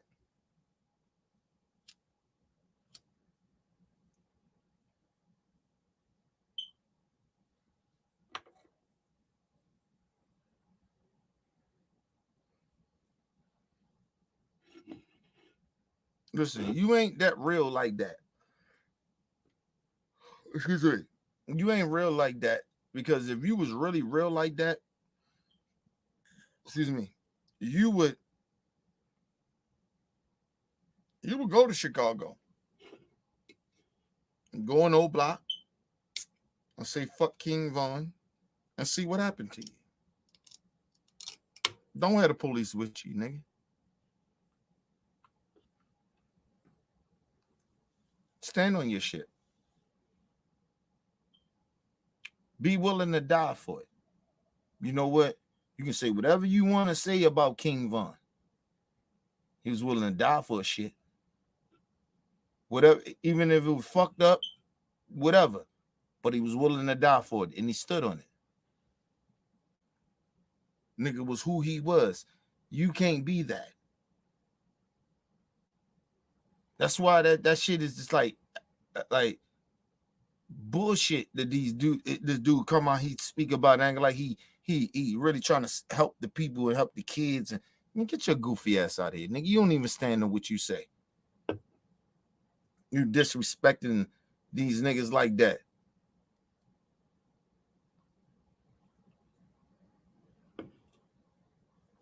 And we all know, Charleston, you wasn't as real in the streets like that. We all know that. That's why you can pretend and play around with street shit. See, people play and pretend around with street shit because they out of touch. They out of touch, or they really wasn't really like that. That's why you don't see me playing around with street shit, regardless if I disagree with it or not. I don't play with it. That shit is real to me. I come from it, so I don't play around with street shit. But anyway, let's move on.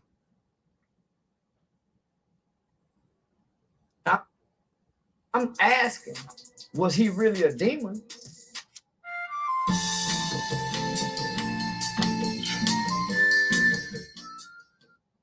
Is he really a demon?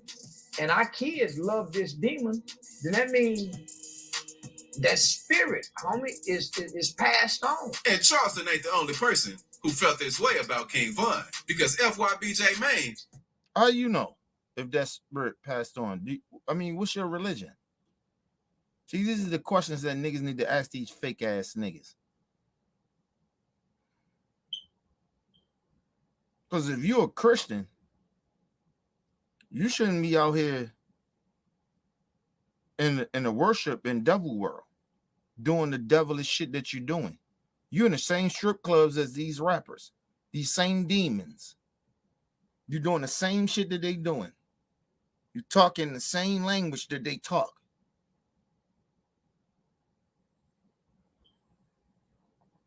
It's a con game. These niggas are cons. Charleston White is a con artist. Nigga, you don't believe what you talking about, bro. You don't even live it. You don't even live your life, the life that you talking about, like you really like that. Why are you sitting out here wearing the chains and all this shit talking about it's a persona? Nigga, what the fuck? Like, nigga, ain't no character with me. Ain't no character. I'm who I am. There's no character. I don't have to pretend and play something I'm not to reach people. If people don't want to fuck with me, nigga, listen, let me just say this, and I'm going to make it clear. If people don't fuck with what I'm saying, okay, cool. But it ain't no persona, nigga, who I am, how I dress, and who I am.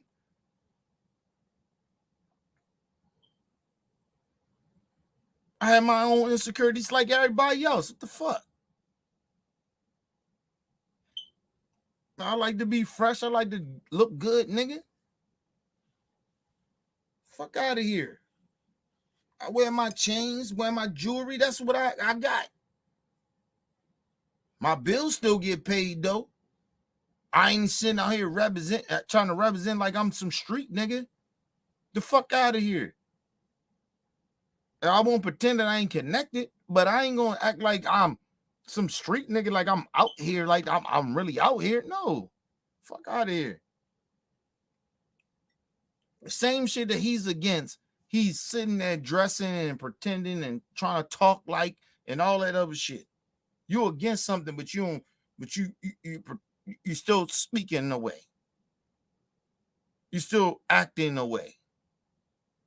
You still dressing a way. Oh, it's a character. Man, get your goofy ass out of here, nigga. Felt the same exact way and told Say Cheese that Von was a real life demon. A up individual, but was that a up individual? No, it was a demon living in Von, and now that demon is living in dirt, bro. Do your homework on that demon living in dirt, bro. It hit different. And King Yella, one of FYBJ Main's friends, is another YouTuber who was a part of the war in Chicago and decided to change his life around. So he spoke on Von as well, and this is what he had to say. Don't humble themselves. Start getting that money and niggas don't be humble. Start acting crazy and doing way like you somebody now. How do these nobody do that if that's the case? And many people felt the same way. Let me just say this about the King Yella and this nigga J-Man. Them niggas are goofy niggas to me. You niggas are goofies. Plain and simple. And I wish y'all would say something about me saying that y'all niggas is goofies. Y'all niggas is goofies, man. Y'all goofies. If you out here speaking the peace, nigga, you don't talk about niggas that you got, you know what I mean? Like Von, them niggas is dead. They roll reckless. Just say, yeah, they roll reckless or whatever. But I hear you talking, you do stories and shit, and you talk about shit, how niggas wasn't like that and shit like that. Like, yo, these niggas dead, bro. But you trying to put out a positive message. How? Do you see me all the time keep speaking about my dead ops or niggas that I used to beef with? I don't. It's not nothing I do. Your whole movement, your whole thing about you getting your internet nigga, and that's why it comes off as some goofy fake shit, is because you niggas, King Yella and y'all niggas, y'all, you get mad at niggas like Adam 22, or you deal with a nigga like that, making a mockery of the culture, making a mockery of y'all city, because you allow it, because you're out there doing the same shit that he's doing. But you trying to pretend you pushing for peace. You ain't pushing for peace, bitch niggas. You ain't. And I'm calling you bitch niggas and goofy niggas because that's what you are. Sitting there lying and shit. You don't want no peace, nigga. You want peace, nigga. Start talking that gangster shit. But you can't talk about it because it brings you views. It gets you interviews. So you can make some money. So you gotta talk bad about niggas. If you're really about peace, you don't talk bad about niggas. You be like, listen, we had our beef or whatever, but you know, yeah, he did that, blah, blah, blah. You can talk about the stories. Right? But after a while, you be like, yo, he still was a human being. He still was such. But you niggas don't speak like that. You niggas talk crazy out your mouth about niggas that you used to beef with. So you ain't about no peace. No, about no peace. I know what peace is, nigga. I know what a peace treaty is. I know what that is. I actually did it. So I know y'all niggas don't know what the fuck y'all talking about. Oh, goofy ass, stupid niggas. You ain't about no peace, bitch niggas.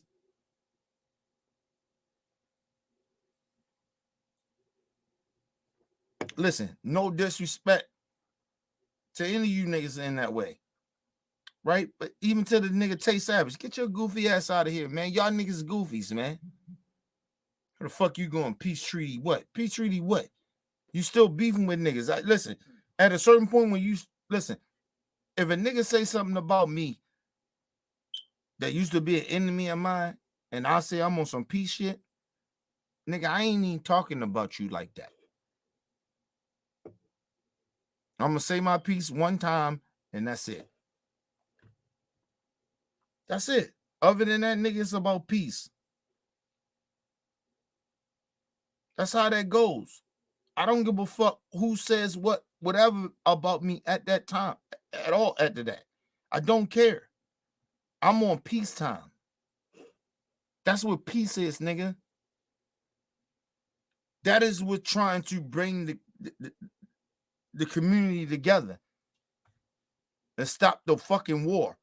You niggas say some bad shit, and then all of a sudden you niggas get mad and you want to speak on it. Then you do gangster videos, and then you be like, oh, man, get the fuck out of here, bro. Y'all ain't on peacetime, bro. I appreciate y'all trying to. I actually do. But y'all ain't on peacetime, nigga.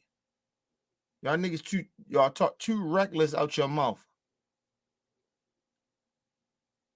You want to know what peacetime is, nigga? Holla at me. Holla at me. I'm an OG, nigga. That go to Tay Savage, King Yella, JBO Main, whoever the fuck them niggas that you like. I can tell you what peacetime, how that's supposed to work, nigga. But what y'all doing, I get it. I appreciate it. I actually respect it. But nigga, you ain't on no peacetime, nigga. You not on peacetime. You ain't trying to. And I know it take a minute. A leader do shit differently. A nigga that's trying to piece some shit up, niggas do that differently. They don't do the shit that y'all trying to do.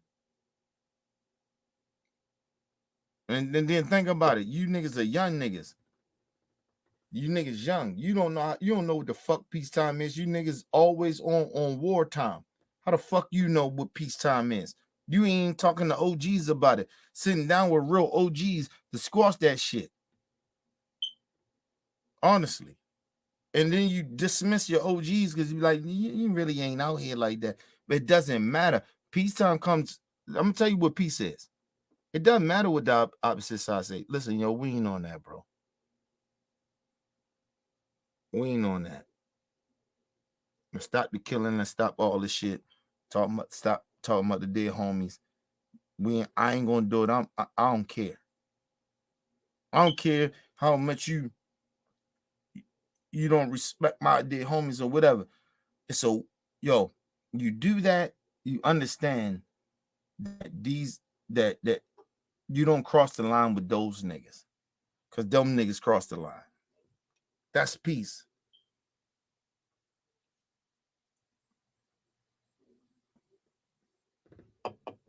That's how I know you ain't. I know y'all niggas ain't on no peace shit. You only on peace shit because y'all niggas trying to make some money together. And that's cool. But stop acting like you doing it for Chicago. You doing it because you rich, nigga. You rich. I mean, not rich, but you making some money on interviews and on the internet. You niggas ain't on no peacetime.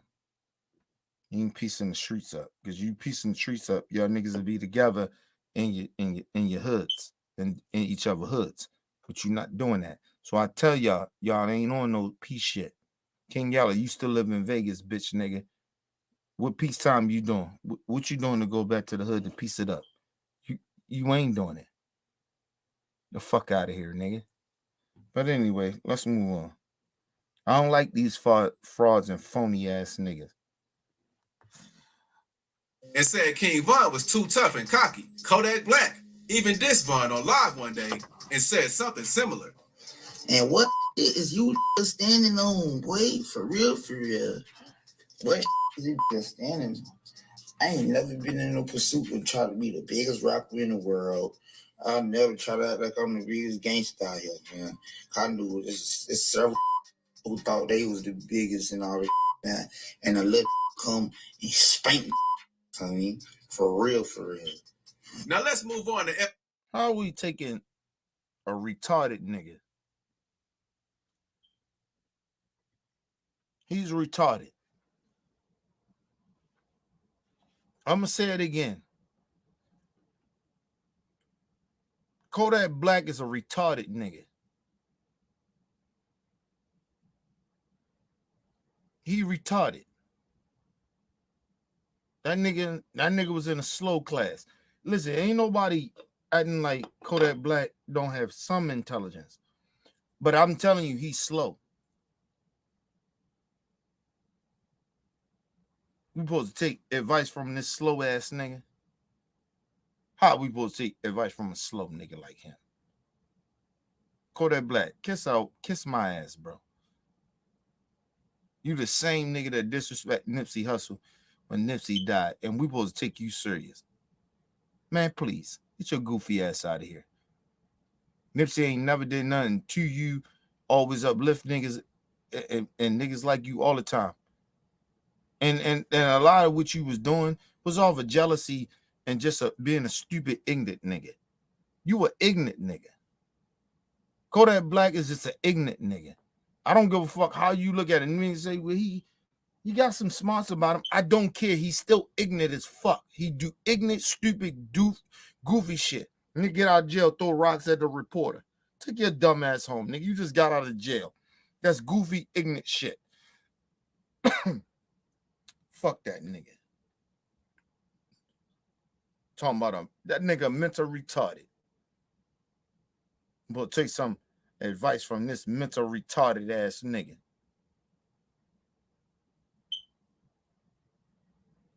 Fuck out of here, nigga.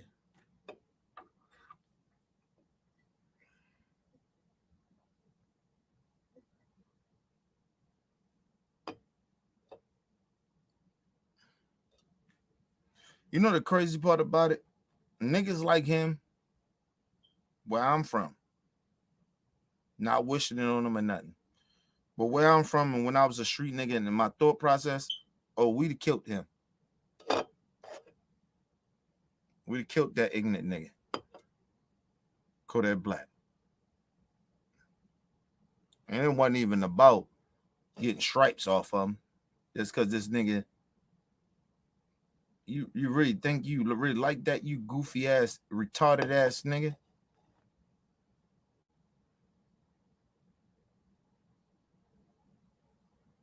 Kodak Black is retarded. He's slow. And no disrespect to people that are mentally challenged and shit like that. I'm not trying to disrespect y'all. But this nigga, this slow ass nigga out here, man. Get him the fuck up out of here. You speaking for who? You speaking on what? Nigga, nobody want to hear that dumbass, goofy shit that you talking about. You mental retarded ass nigga. You the same nigga get out of jail and throw rocks at a reporter, but we supposed to take your retarded ass seriously. Yeah, whatever. Let's move on. Let's move to another retarded BG Butter because he's another one of King Von's main ops, and they've even bumped into each. Another retarded motherfucker.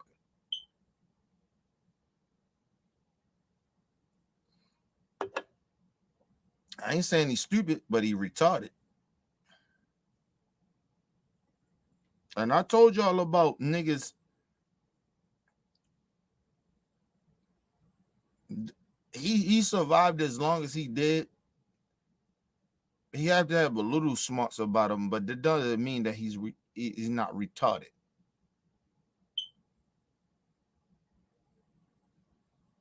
FBG Butter is a retarded nigga. Just like motherfucking Kodak Black. They both retarded niggas. I'm surprised they ain't did a song with each other yet.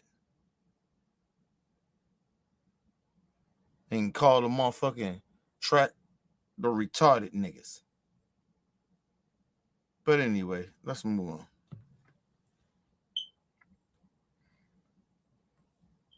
Other a couple of times. So when Butter was questioned about the incident, here's what he said about the time he saw King Von on the bus. Oh, Hottie, beat him. Ooh, I get right on the bus. Duck it on two. We about to beat him up. Get right on the bus. I'll take shirt off. Bam, bam, kill him on fire. Hey, kid. Tuga, he ain't fall. He tried to throw the so ain't no hating. He tried to throw the out, scrape him out. Come here. Beat him. Folks, girl, take it. Folks get that little girl a brick, like, man, pull him off the bus. We finna kill him. I get that grime. Come here. Butter spoke on the fight again. Think about it. And I'm not saying that he screaming for peace or nothing like that, but think about this goofy nigga. He's goofy. And not saying he ain't a real nigga out there in them streets. He ain't did what he said he did. The problem with a nigga like that, yo, we like a nigga like me, yo, I hurt that nigga.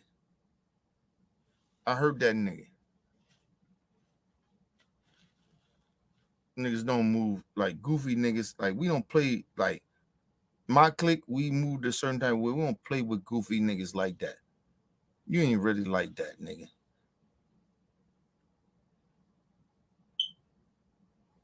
And a lot of niggas that's goofy like that, because we had some niggas that was kind of goofy and niggas that moved like that, but they was real serious niggas too.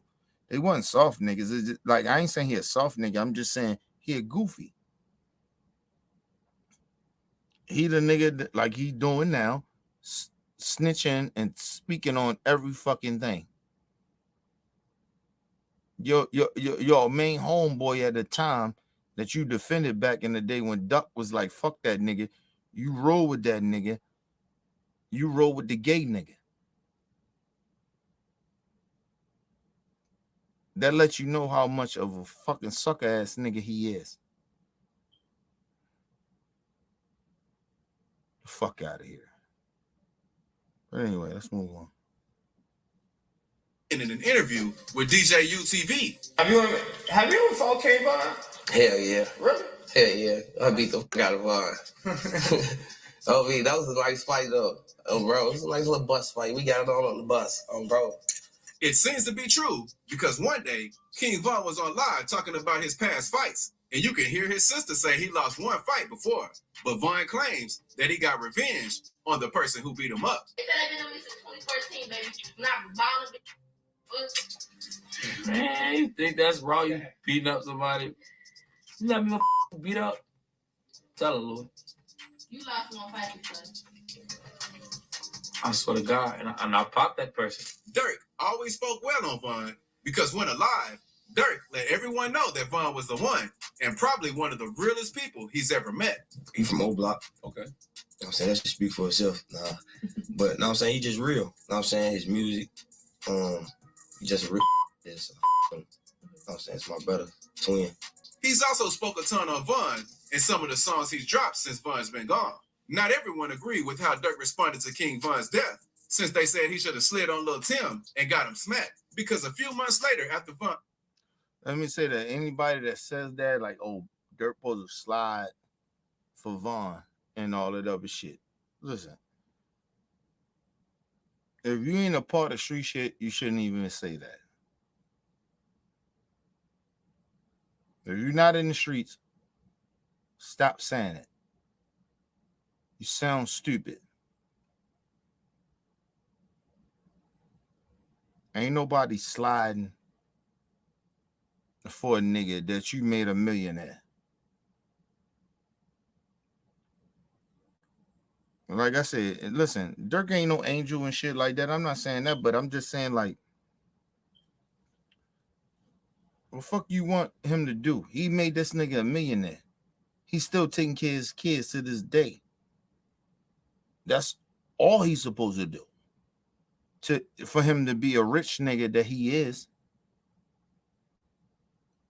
I wish Dirk, I love when Dirk on his positive shit, but you know, but I get it. But at the same time, nigga, I'm a millionaire, nigga. I talk about something different. As much as I don't like Jay-Z and I don't fuck with him,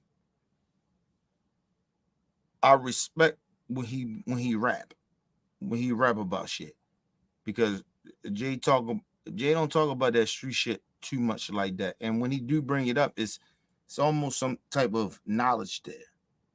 So I respect that from Jay, but these niggas don't understand that. Stop talking about street shit. Your niggas, and if you hanging around niggas that's really still doing that street shit, then they're not them niggas. Death, 6ix9ine went live saying, King Von said, when I die, I'm gonna slide every day. Cat. Cat. Who slipped for King Von yet? Rest in piss. And 6ix9ine was very disrespectful with the things he said and did after. Let me say this. Kodak Black did a song with this goofy nigga, right? And then, you know, with 6ix9ine, nigga, yeah, you can say that. You're a fuck nigga. Let's take a quick commercial break. We'll be right back.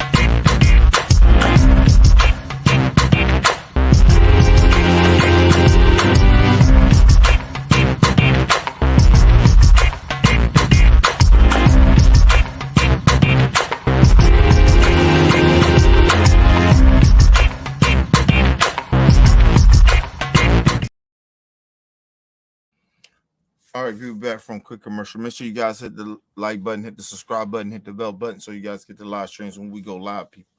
Listen, let me just say this, though. Excuse me.